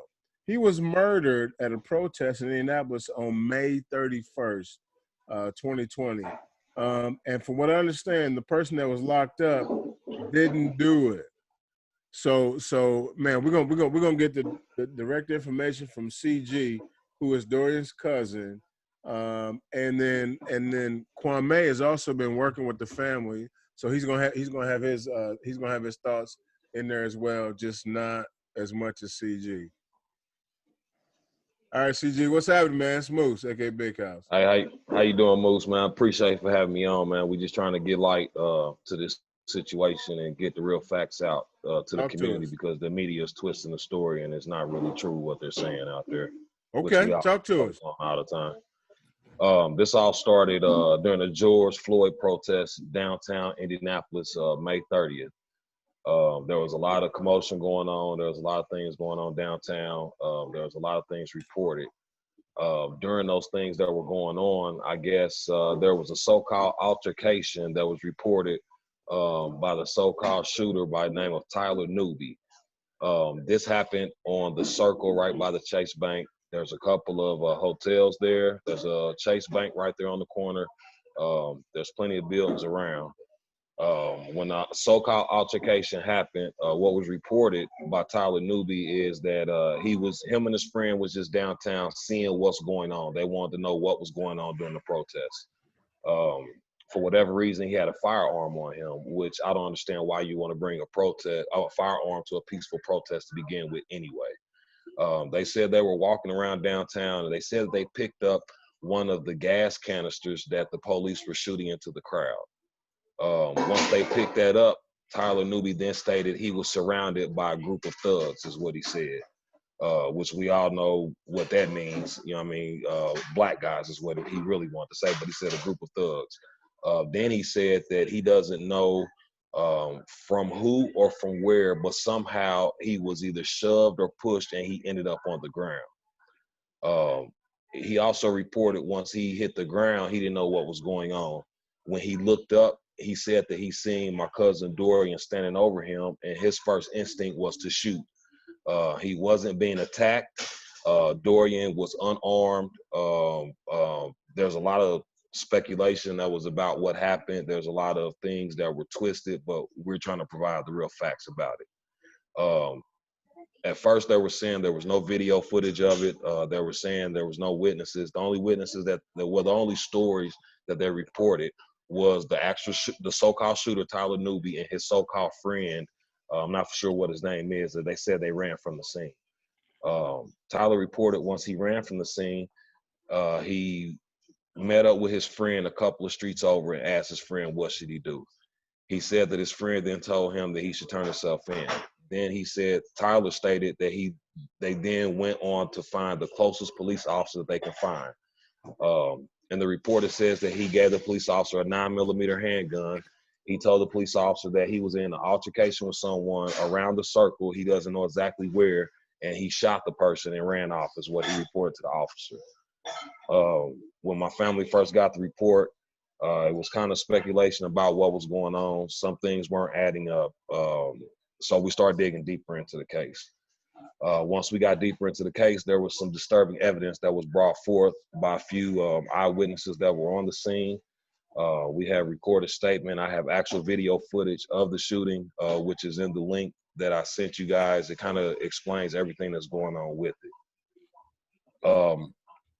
Once we start digging into it and finding evidence that was brought forth to us, we were kind of raising questions. And I mean, how is there a IMPD investigation and you don't have all the evidence? They never interviewed anyone but the shooter and his friend. And I guess there's some other things that was going on that night. I don't want to say any names or, you know, I mean, damage anybody else's case that from things that were going on, but they're trying to link Dorian to some other guys that were down there doing other things. And they're trying to say that he was in the act of committing malicious crimes at the time. That's the angle that Tyler Newby's lawyer is trying to use to say it was self-defense. The only thing about it, to have to be committing self-defense, you have to be attacked. You have to have a threat coming at you. So there was no threat. He was not being attacked. Tyler Newby even stated in his own statement that he didn't know who pushed him. No one was in the process of hitting him. He thought he was going to get hit. That's the reason why he shot. Like I said, that's our reports for him. Once we started getting evidence in, I was able to get my hands on some video footage that contradicts everything that Tyler Newby reported. If there was an altercation, if there was 2 people running from the scene, people would have noticed that. There was too many people down there. Also, not only that, there was a police officer that was within a matter of 50 to 75 feet away from the actual shooting, and there was no report from him of anything. He never reported seeing anybody running from the scene. None of the eyewitnesses never said anything about anybody running from the scene. So now we're figuring out, okay, where do we go from here? If you guys look at the videos, the video is self-explanatory. It goes through step by step. It tells you what's going on. It tells you what was reported, and it shows the contradictions in what was reported. From what we find, we honestly are starting to believe that Tyler Newby is not the shooter. We believe that this is something that was committed by either white supremacists or possible shot by IMPD officer.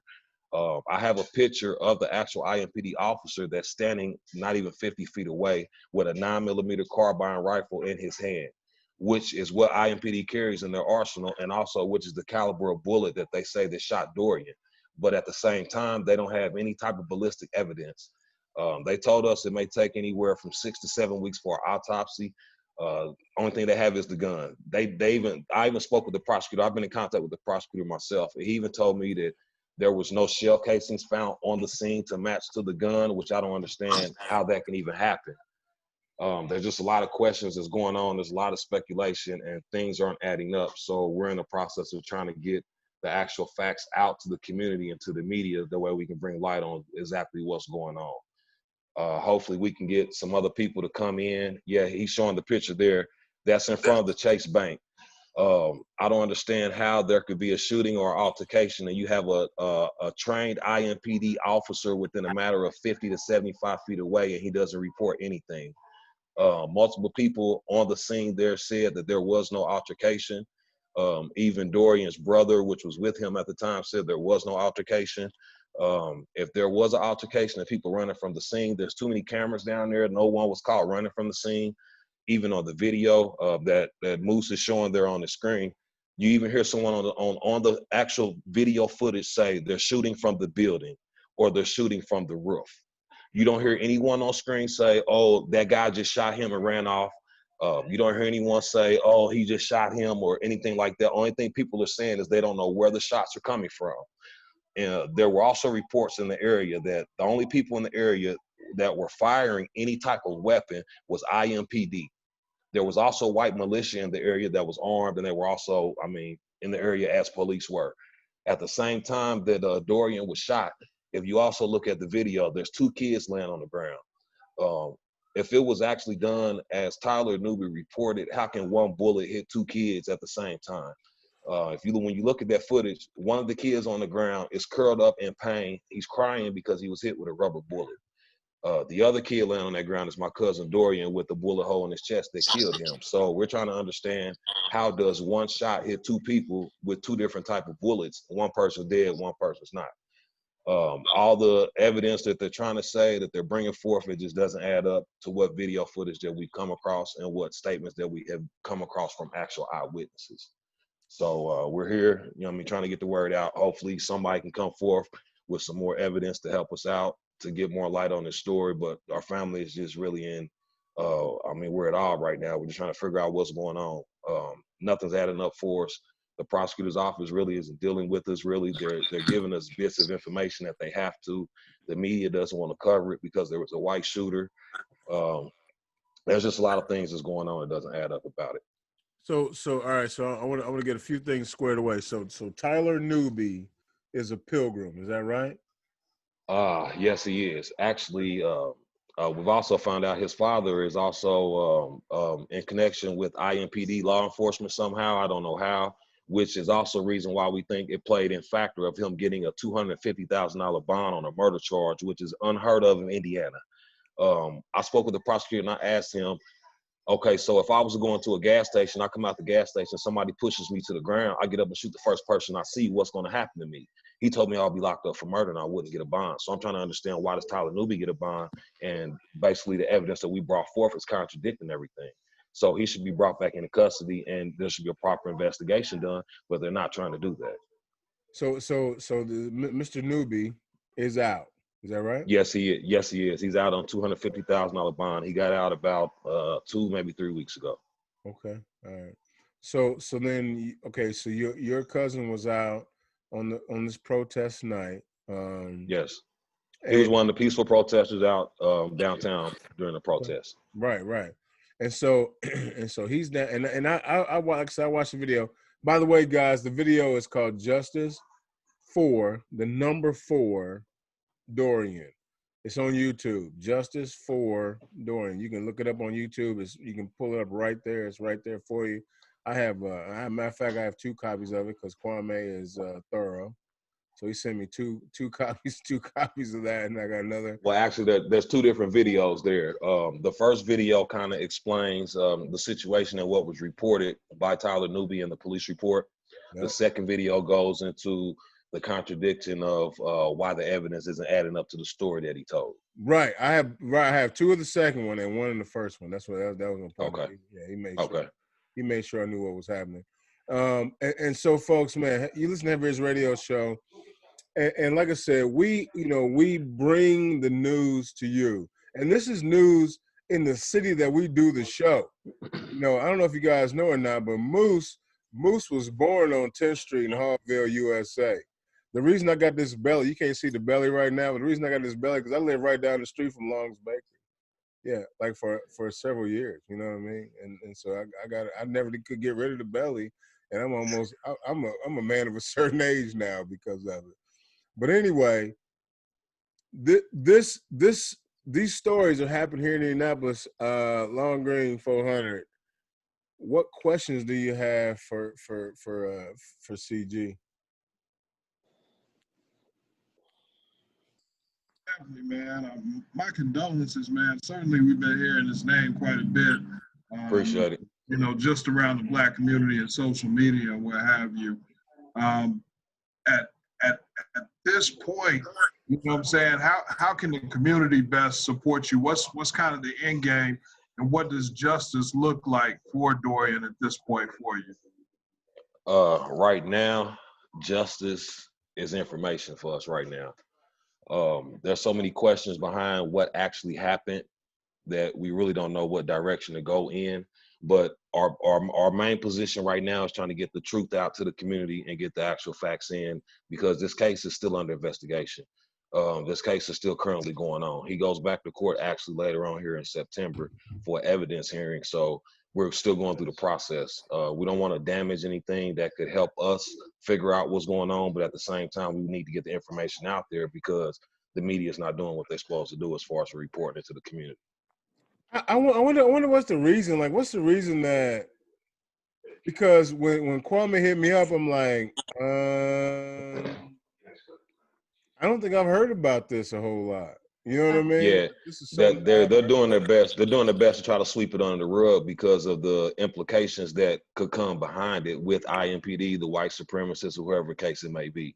Like I said, even if Tyler Newby was the shooter, please show us the evidence that actually proves him being the shooter. Because if he was the shooter, then it was an unlawful killing. You know what I mean? Even I have a Indiana gun permit myself. If someone's threatening you and they're unarmed, they don't have a knife, or they're not actually causing damage to you, you're not supposed to shoot them above the waist anyway. So why, if he was unarmed, why would you shoot him in the chest anyway, even if you had to stop him for a reason of him trying to hit you, whatever the case may be? He was unarmed. But there's multiple reports that he wasn't even a threat to him. So then on top of that, let me add this, Moose. Then on top of that, this happened downtown. It's 1 million cameras downtown, but y'all can't come up with a camera view of this dude shooting Dorian and running away. You know what I mean? But we got video footage from cameras, cell phone cameras from different directions, showing that this altercation never even happened. If a white supremacist gonna shoot a black person in front of all these other black people, you gonna hear people saying, "Hey, look, that white guy that's running away, he just shot this guy right here." You know what I mean? But you don't hear that nowhere on the camera. Your only thing you hear is like, "Oh shit, they're shooting from buildings." So we don't know if he got shot on the ground, because one thing we do know, like he just emphasized, that one person got shot with a rubber bullet, and then Dorian got shot with a real bullet. So that just tells you right there there's a police officer right there on the scene. And one of the people that was videotaping and recording and taking pictures, he took a picture of the police officer on the ground that he thought that shot him. Other people was thinking it was coming from the building. So we don't know if it came from a police officer with that 9mm rifle in his hand in the street, or if it came from the building. But what we do know is that the police and white supremacists were seen downtown in the buildings in the snipers. That's one reason why we didn't go down there that night, is because we heard about the snipers being in the buildings down there. I think that's the night we shut down 38th Street instead. Well, not only that too, also Kwame and Moose, I was actually able to obtain some more video footage of a group of white supremacists on top of the parking garage right there where Dorian was shot. This video footage shows them loading up guns. This video footage shows them putting on bulletproof vests. This video shows them setting up posts on top of this building, waiting for dark to come. And this is the same building that was on top of where Dorian was shot at. So there's just too many implications and too much evidence that points away from Tyler Newby for it to be Tyler Newby. So like I said, if it is Tyler Newby, I wish they please would come with more evidence to actually prove that, because it will open up more doors that, that they're trying to shut right now. So it's just an act of a cover-up by IMPD and the prosecutor's office is the way we're looking at it, because they're working together to hide the information from the public. And we not saying that Tyler shouldn't be charged with something, but we saying he should be charged with the proper crime he committed. If it's conspiracy and he want to take the fall for the white supremacists that he works with, or the pigs, then he needs to be locked up for that conspiracy. But the person, whoever shot him, that's the person who should be locked up for murder. And the prosecutor needs to do his job instead of trying to cover it up for the system. At this one thing that Corey left out is that when Dorian got locked up, 2 weeks after he got locked up, his GoFundMe page blew up. He got $300,000 in his bank account all overnight like that. Who gets $300,000 overnight? You know what I'm saying? Well, it was about 14 days, I believe, is what it was. It was about a week or two, but I mean, that's a hell of a just off of a GoFundMe like that. He already had the support behind him. It's like the whole situation was set up. He got locked up for some reason. Well, this is the thing. He got locked up when he turned himself in here for murder, and then he also had another hold in Johnson County for other charges not related. I'm not for sure what those charges were for, but okay. When he was locked up here in Marion County, they immediately moved him from Marion County to Johnson County for they say special circumstances is what they say, okay. Which was never information provided on why or given the actual reason of what those circumstances are. It's just been speculation of this and that, and there's been things, just comments thrown around about it. So man.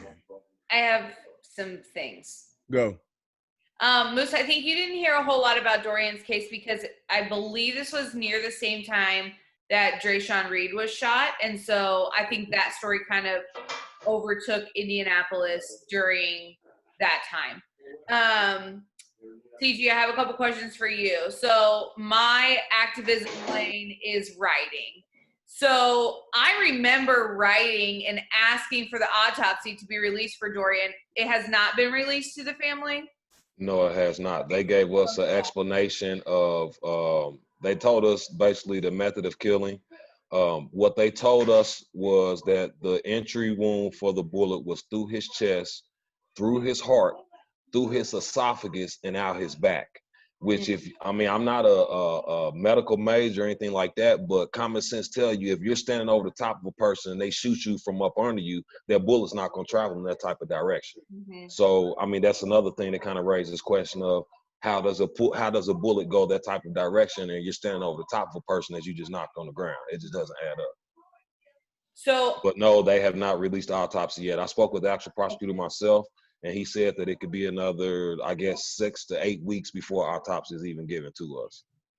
Okay, and so in looking at writing to our local officials, what else should we ask for right now in addition to that autopsy? Really, the autopsy will tell a lot. Honestly, from what we feel like, there should be a revoke of his bond and he should be taken back into custody, and there should be a proper investigation done. Because we don't understand, how does IMPD say that they conducted a proper investigation, but you guys didn't have the video footage, you guys didn't interview anyone, only thing you did was go off of the shooter, his so-called friend, and I don't know whoever else that they got downtown at the time, but there wasn't really a proper investigation done. Okay. And ballistic reports, we still ain't got the ballistic reports. I think the ballistic reports would show that the angle of where he shot was not consistent with like Corey said with what Tyler Newby claims that what happened. You know what I mean? I would just want to add one little point too that put it in historical perspective. Yeah, the person that killed Martin Luther King, because people talk about conspiracies and stuff like that.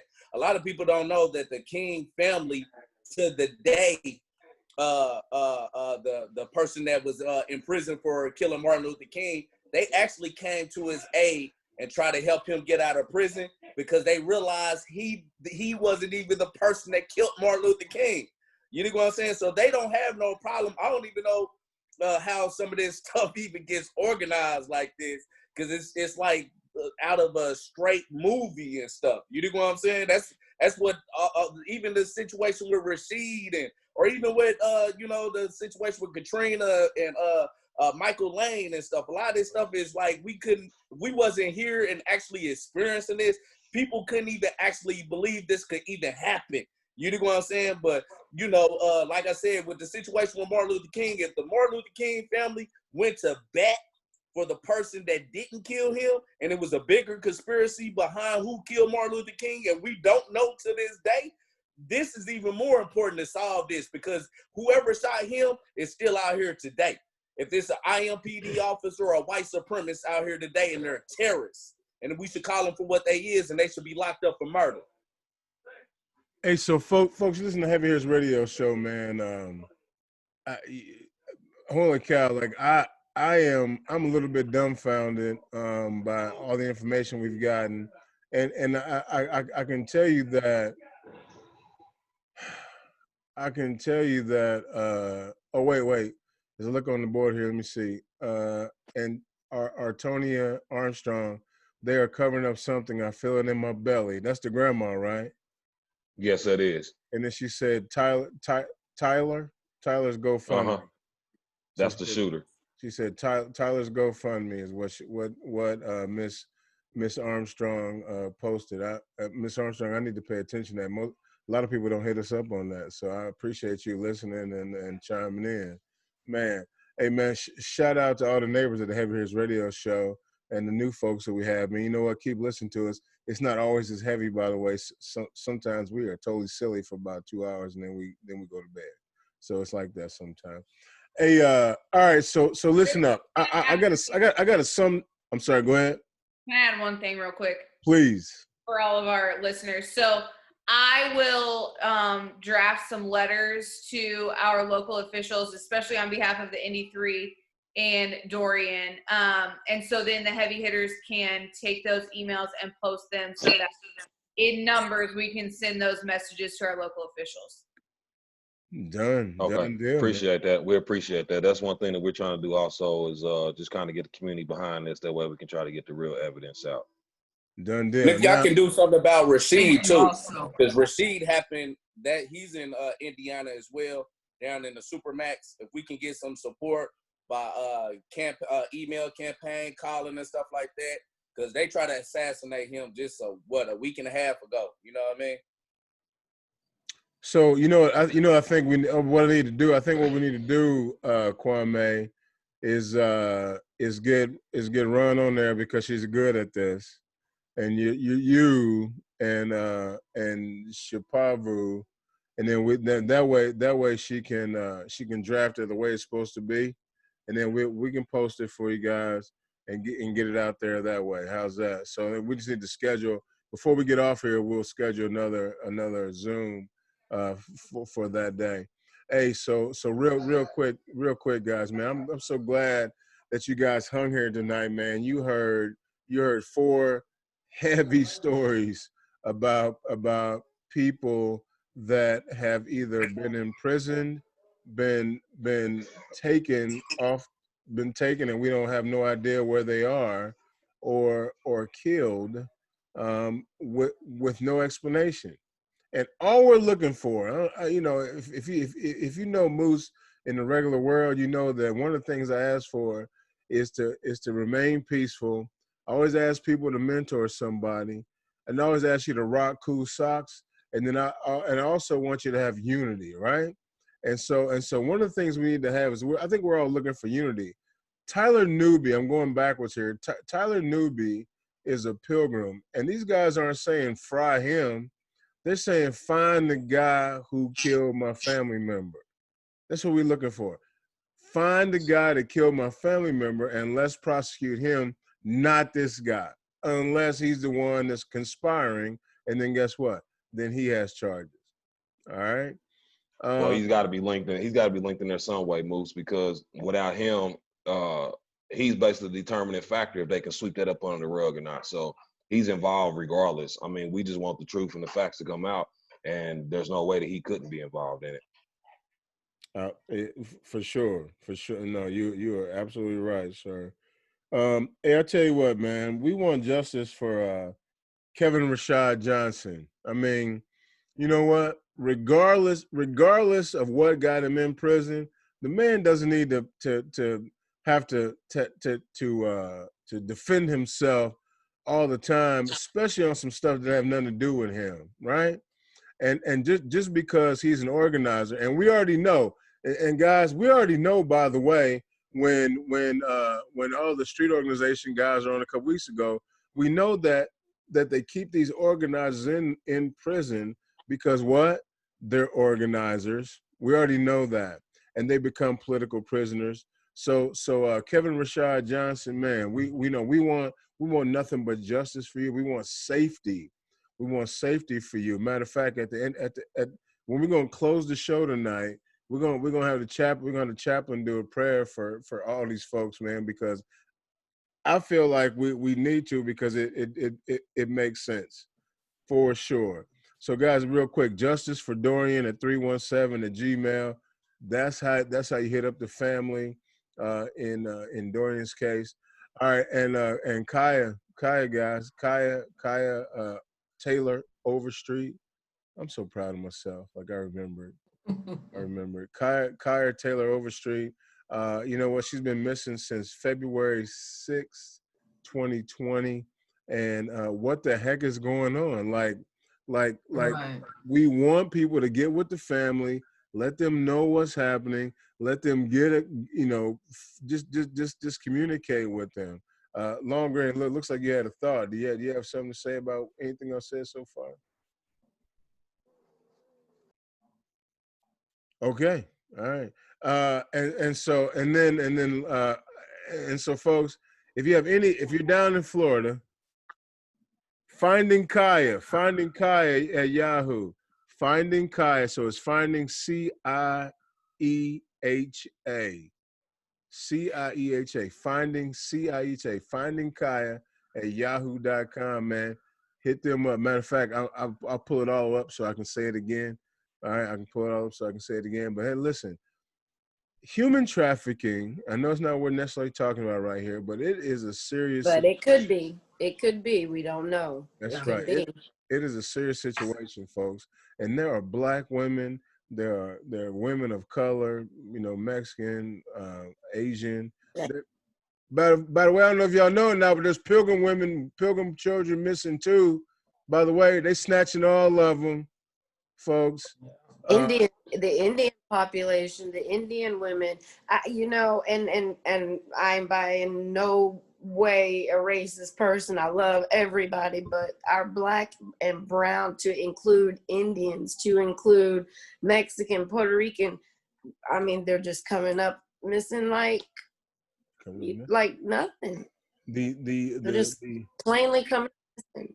The indigenous, you know, yeah, absolutely. I was doing a lot of research on even sex trafficking. There is a $64 billion industry for trafficking. That is more than Nike. That is more than Google. That is more than Facebook makes in a year. It's a $64 billion industry. It's the second most organized crime broken law in the nation. Not gangs, not drug dealers. It is the second most leading cause. No. I tell you what, Katrina, you are right. I mean, I saw in the news. I want to say this weekend, it may have been Sunday, where they went out, the U.S. Marshals and a lot of local law enforcement in Michigan, Indiana, Ohio, and Illinois, and they brought back several hundred children that were missing, that they found. Yes. That they tracked down. And so, yeah, 8 in Indiana from what I just saw. Yeah, and it was it's bad. 26. No, it was 26 that they found in one place in Atlanta. Yeah. And then they found another 18 in Atlanta in the same day. Like, that's why bad. I say I cannot say that my sister has not been human trafficked, but there is no concrete evidence to either of these young ladies. But look at them. And our Black and brown women are missing at enormous rates. I'm sorry, I got to put it out there. I appreciate the fact. By the way, I appreciate the fact that all you guys, you know what, you spoke your mind, but you weren't right. You weren't degrading. Right. Degrading. Am I saying that? Am I saying that? Yes. You weren't degrading to other races, to other organizations. You just spoke, hey, here's what's happening, and we need some help. And then I tell you what, last one, I do my research. That's right. Hey, Moose. We definitely appreciate it. Yes, CJ. Hey, that was one thing I also forgot to mention. It is very ironic that FBI federal agents and the prosecutor for Marion County did a press conference. They announced Operation Legend, which is a crackdown on gun violence. That man stood at that podium in front of all of Indianapolis, and he told them that there will be no deals on murder charges. There will be no bonds on murder charges. Yep. But at the same time, they just gave Tyler Newby a $250,000 bond under special circumstances that weren't explained and still can't be explained. So, I mean, that's just nothing I want to throw out there. It's so much that's wrong with this case. Honestly, I feel like we can do a show that's 4 hours long just about this case by itself. You know what I mean? Because it's so like, I kind of gave you guys we gave you guys an overall, but there's even more details and there's even more disturbing findings that's in this case. Like even the fact that they didn't even give Dorian medical attention. When the ambulance pulled up, there were police officers that jumped out of that ambulance. They weren't even EMTs. There's a lot to it. You know what I mean? There's just a lot to it. But I mean, I can be reached, you know what I'm saying, at their email, We got my you. Facebook. You know what I'm saying? Yeah, I've got a lot of evidence. I still have other videos that I'm editing. I don't want to put too much out, but I want to get the word out. So I mean, just stay on the lookout for it, man, because we need to get the word out about it. Hey man, I would no, like to add no. something else, Moose, if at all possible. Yeah. FBI has not been allowed to come into either of these young ladies' cases. Here in Florida, in Hillsborough County, you can call the FBI. However, the county has to actually allow them to come in. The county still It has has been jurisdiction? it has been 7 months since my sister's been missing. It has been almost 8 months since Veronica's been missing. You know the Fort Hood soldier that that Texas EquiSearch found, who was found buried underground, encased in concrete. We had that exact same Texas EquiSearch that was wanting to come out when my sister first came up missing, that wanted to help find her, and Hillsborough County Sheriff's Office said no. Now, let me explain this. You know what an EquiSearch is? They're people like with horses and, you know, things like that. Oh yeah, okay, equine, yeah, horses, yeah. How does an EquiSearch team find a Fort Hood soldier on a army base, buried underground, encased in concrete? How do they do that? That means they're damn good. But they would not allow them to come and look for my sister, and still will not, because it will hinder the investigation. Folks, I have no, listen, I don't either. I think I'm a pretty smart guy, right? And I you know what? I'm from Indiana. I'm a black man from Indiana that's a man of a certain age. And I think I'm a centrist, by the way. Holy cow, I just turned a lot of people off. But I'm a centrist because I'm a businessman, right? And guess what? I still don't understand the fact that you got to treat people, everybody, the same. We got to find Kai's sister. We got to make sure that Cee Gee's cousin is treated fairly, and we find out who did what they were supposed to do. We got to find Michael Lane. We got to talk to Michael Lane and say, holy cow, like, you've done 34. Like, do you need to do more at that point? I mean, are you a menace to society? That's what this show's about tonight, man. No justice, no peace. Now, you know what? I saw a good meme today, and the meme was by this is gonna trip y'all out. It was my ex-mother-in-law, right? So at some point, Moose was married to a pilgrim. So his ex-mother-in-law is a pilgrim woman that's about 71 or something. And her meme said, you know what? When they have hurricanes, they have looters. And when they have earthquakes, they have looters. And when they have protests, they have looters. What's the difference? The looters are always there.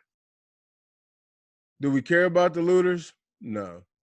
What we want to care about is the fact that the people are out there, the hurricane survivors, they're trying to survive, but they're still looters. The people that are in the earthquakes, you know, they're trying to survive, but they're still an earthquake, and they're just trying to survive. You see the point here? So a lot of people will say, well, Moose, you know what? Your show is ridiculous because you had all these people on here talking about these people that were in jail and these people that got locked up and all that kind of stuff. Guess what? They're still human beings. They made a mistake. Some of them their lives have been taken. So let's be respectful. Some of them, they're doing time for situations that, holy cow, they probably paid their debt at this point, especially if no one was killed, right? Let's make that point. No one was killed in 30 years and she wasn't raped and I stole a taxi and I get 30 years? Come on, man. Yes, if I steal a taxi, I should do some time. I'm with you. Somebody's in the car, I messed up, you're going to double ding me. I remember that term from the days when I was a young man. So you double ding me because somebody was in the car. But that's it. 30 years of my life is not worth it. I'm just gonna put it out there. And now, if I'm a young lady that is 20 in my 20s, right, and I'm out and I'm driving around and somebody snatches me, do everything you can do. By the way, I'll share this with you, and we'll get down here. Years ago, Moose, D-Lo, Ron, and everybody else is here, was training for the Marion County Sheriff's Department. And the Marion County Sheriff's Department took us on a run through Eagle Creek Park. We didn't run on the roads. We run in the ditches. We ran up the hills. We ran in the lake, on the frozen lake. It was snowy. We ran in all the harshest conditions. And when we got done with the run, you know what the training officer said? His name was Chris Hefner. He was the baddest son of a gun I ever met. So I'll say his name because he was a bad son of a gun. Chris Hefner said, you know what? If my daughter was raped, murdered, or molested, or killed, or tracked by somebody, I want you guys to put this effort in that you put in tonight to get her. And we all did it. Even my overweight self made the run. We need to put that same effort in to find Kaya. We need to put that same effort into finding out who Cee Gee's people were. We need to put that same effort into figuring out how to get Michael Lane some justice. That's all. That's all. I think that's all we're asking. So, for Pastor, and I said so many different ways. Chaplin Ruth Taylor, and Katrina Overstreet, and for Cee Gee in the great name of Mr. Murrell, and also, am I gonna say this right? Shupavu. That's say it right. I always mess up. Shupavu Wa Kirima. Let's find justice for these people, because otherwise there'll be no peace. And you understand that these are real people that are Exactly. These are real people that are affected by these situations. Long Green 400. What are your final thoughts on this? What we're doing here? We just got to figure out collective ways to be able to consistently support our people, because if we don't, nobody else is.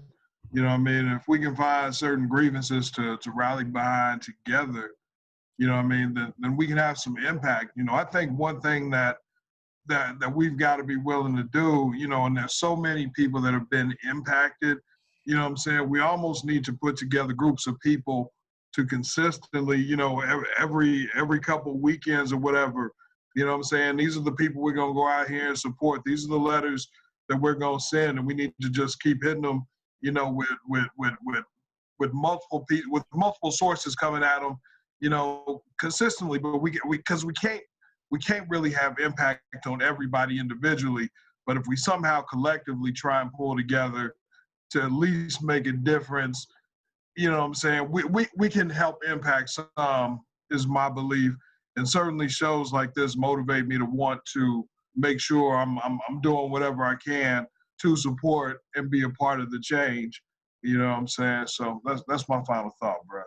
And man, this is your show. That's what makes it cool, right? Yeah, already. Ron, you got any final thoughts on this joint?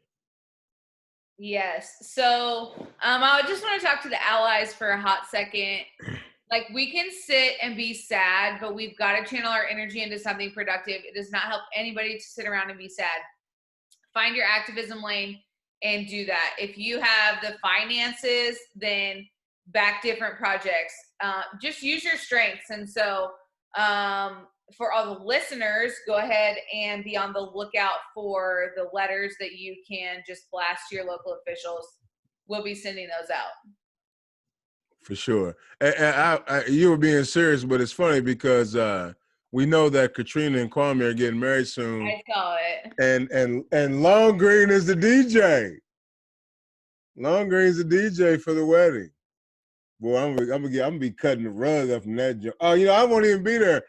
Look, I'm DJing a wedding that same day. I'm mad about it. I might call and be like, you know what? I got something to do. I'm busy. And you have to have your 90s bling. Not have to.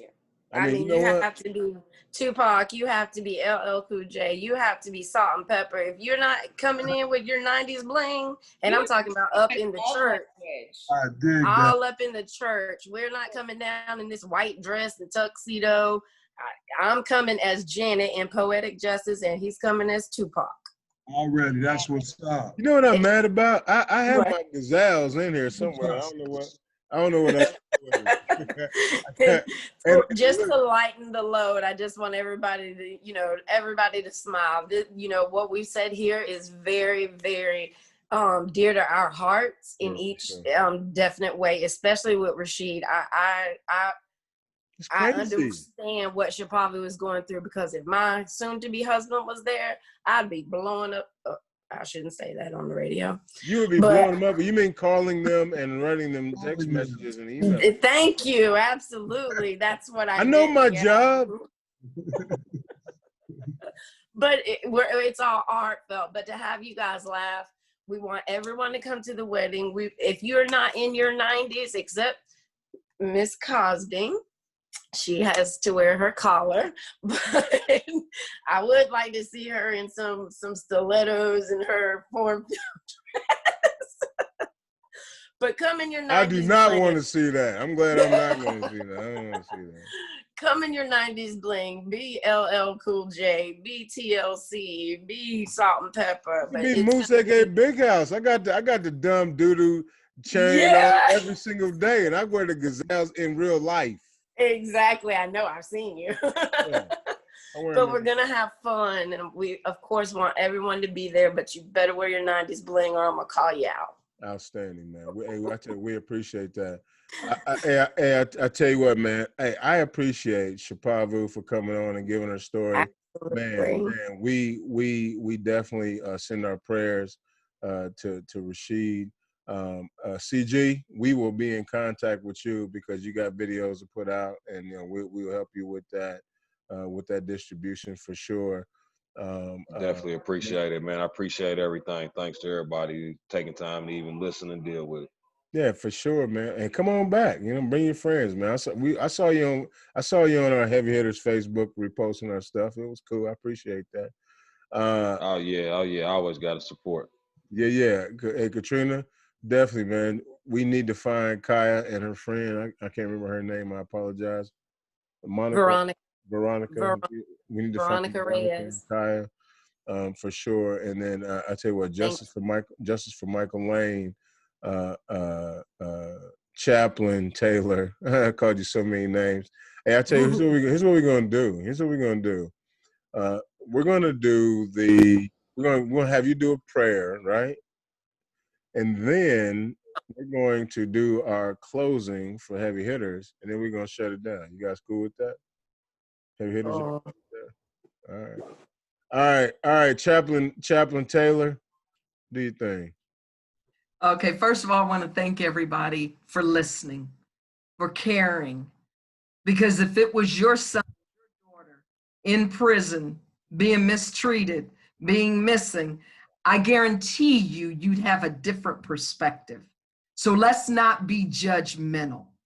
And having said that, Lord, thank you so much for this privilege and honor to share all these injustices, Lord. We don't know the truth, but God, you do. You're a God of justice, and enough is enough.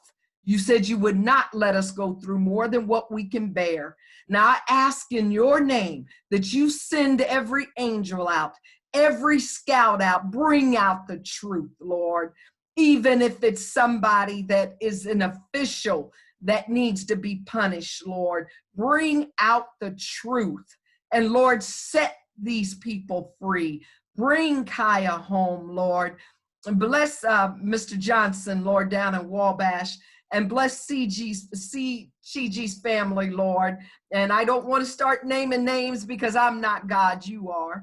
And you know every need, you know every situation. And we're just going to praise you in advance. We're going to put it in your hands because we know that you're a God of justice, and you are faithful, and you are faithful to keep your promises. And we thank you and we praise you in advance. I declare and decree in Jesus' name it's done.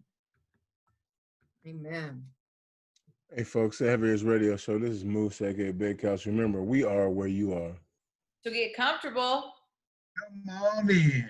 We're leaving the rest of it. Your mouth. Weird. I'm It's nervous.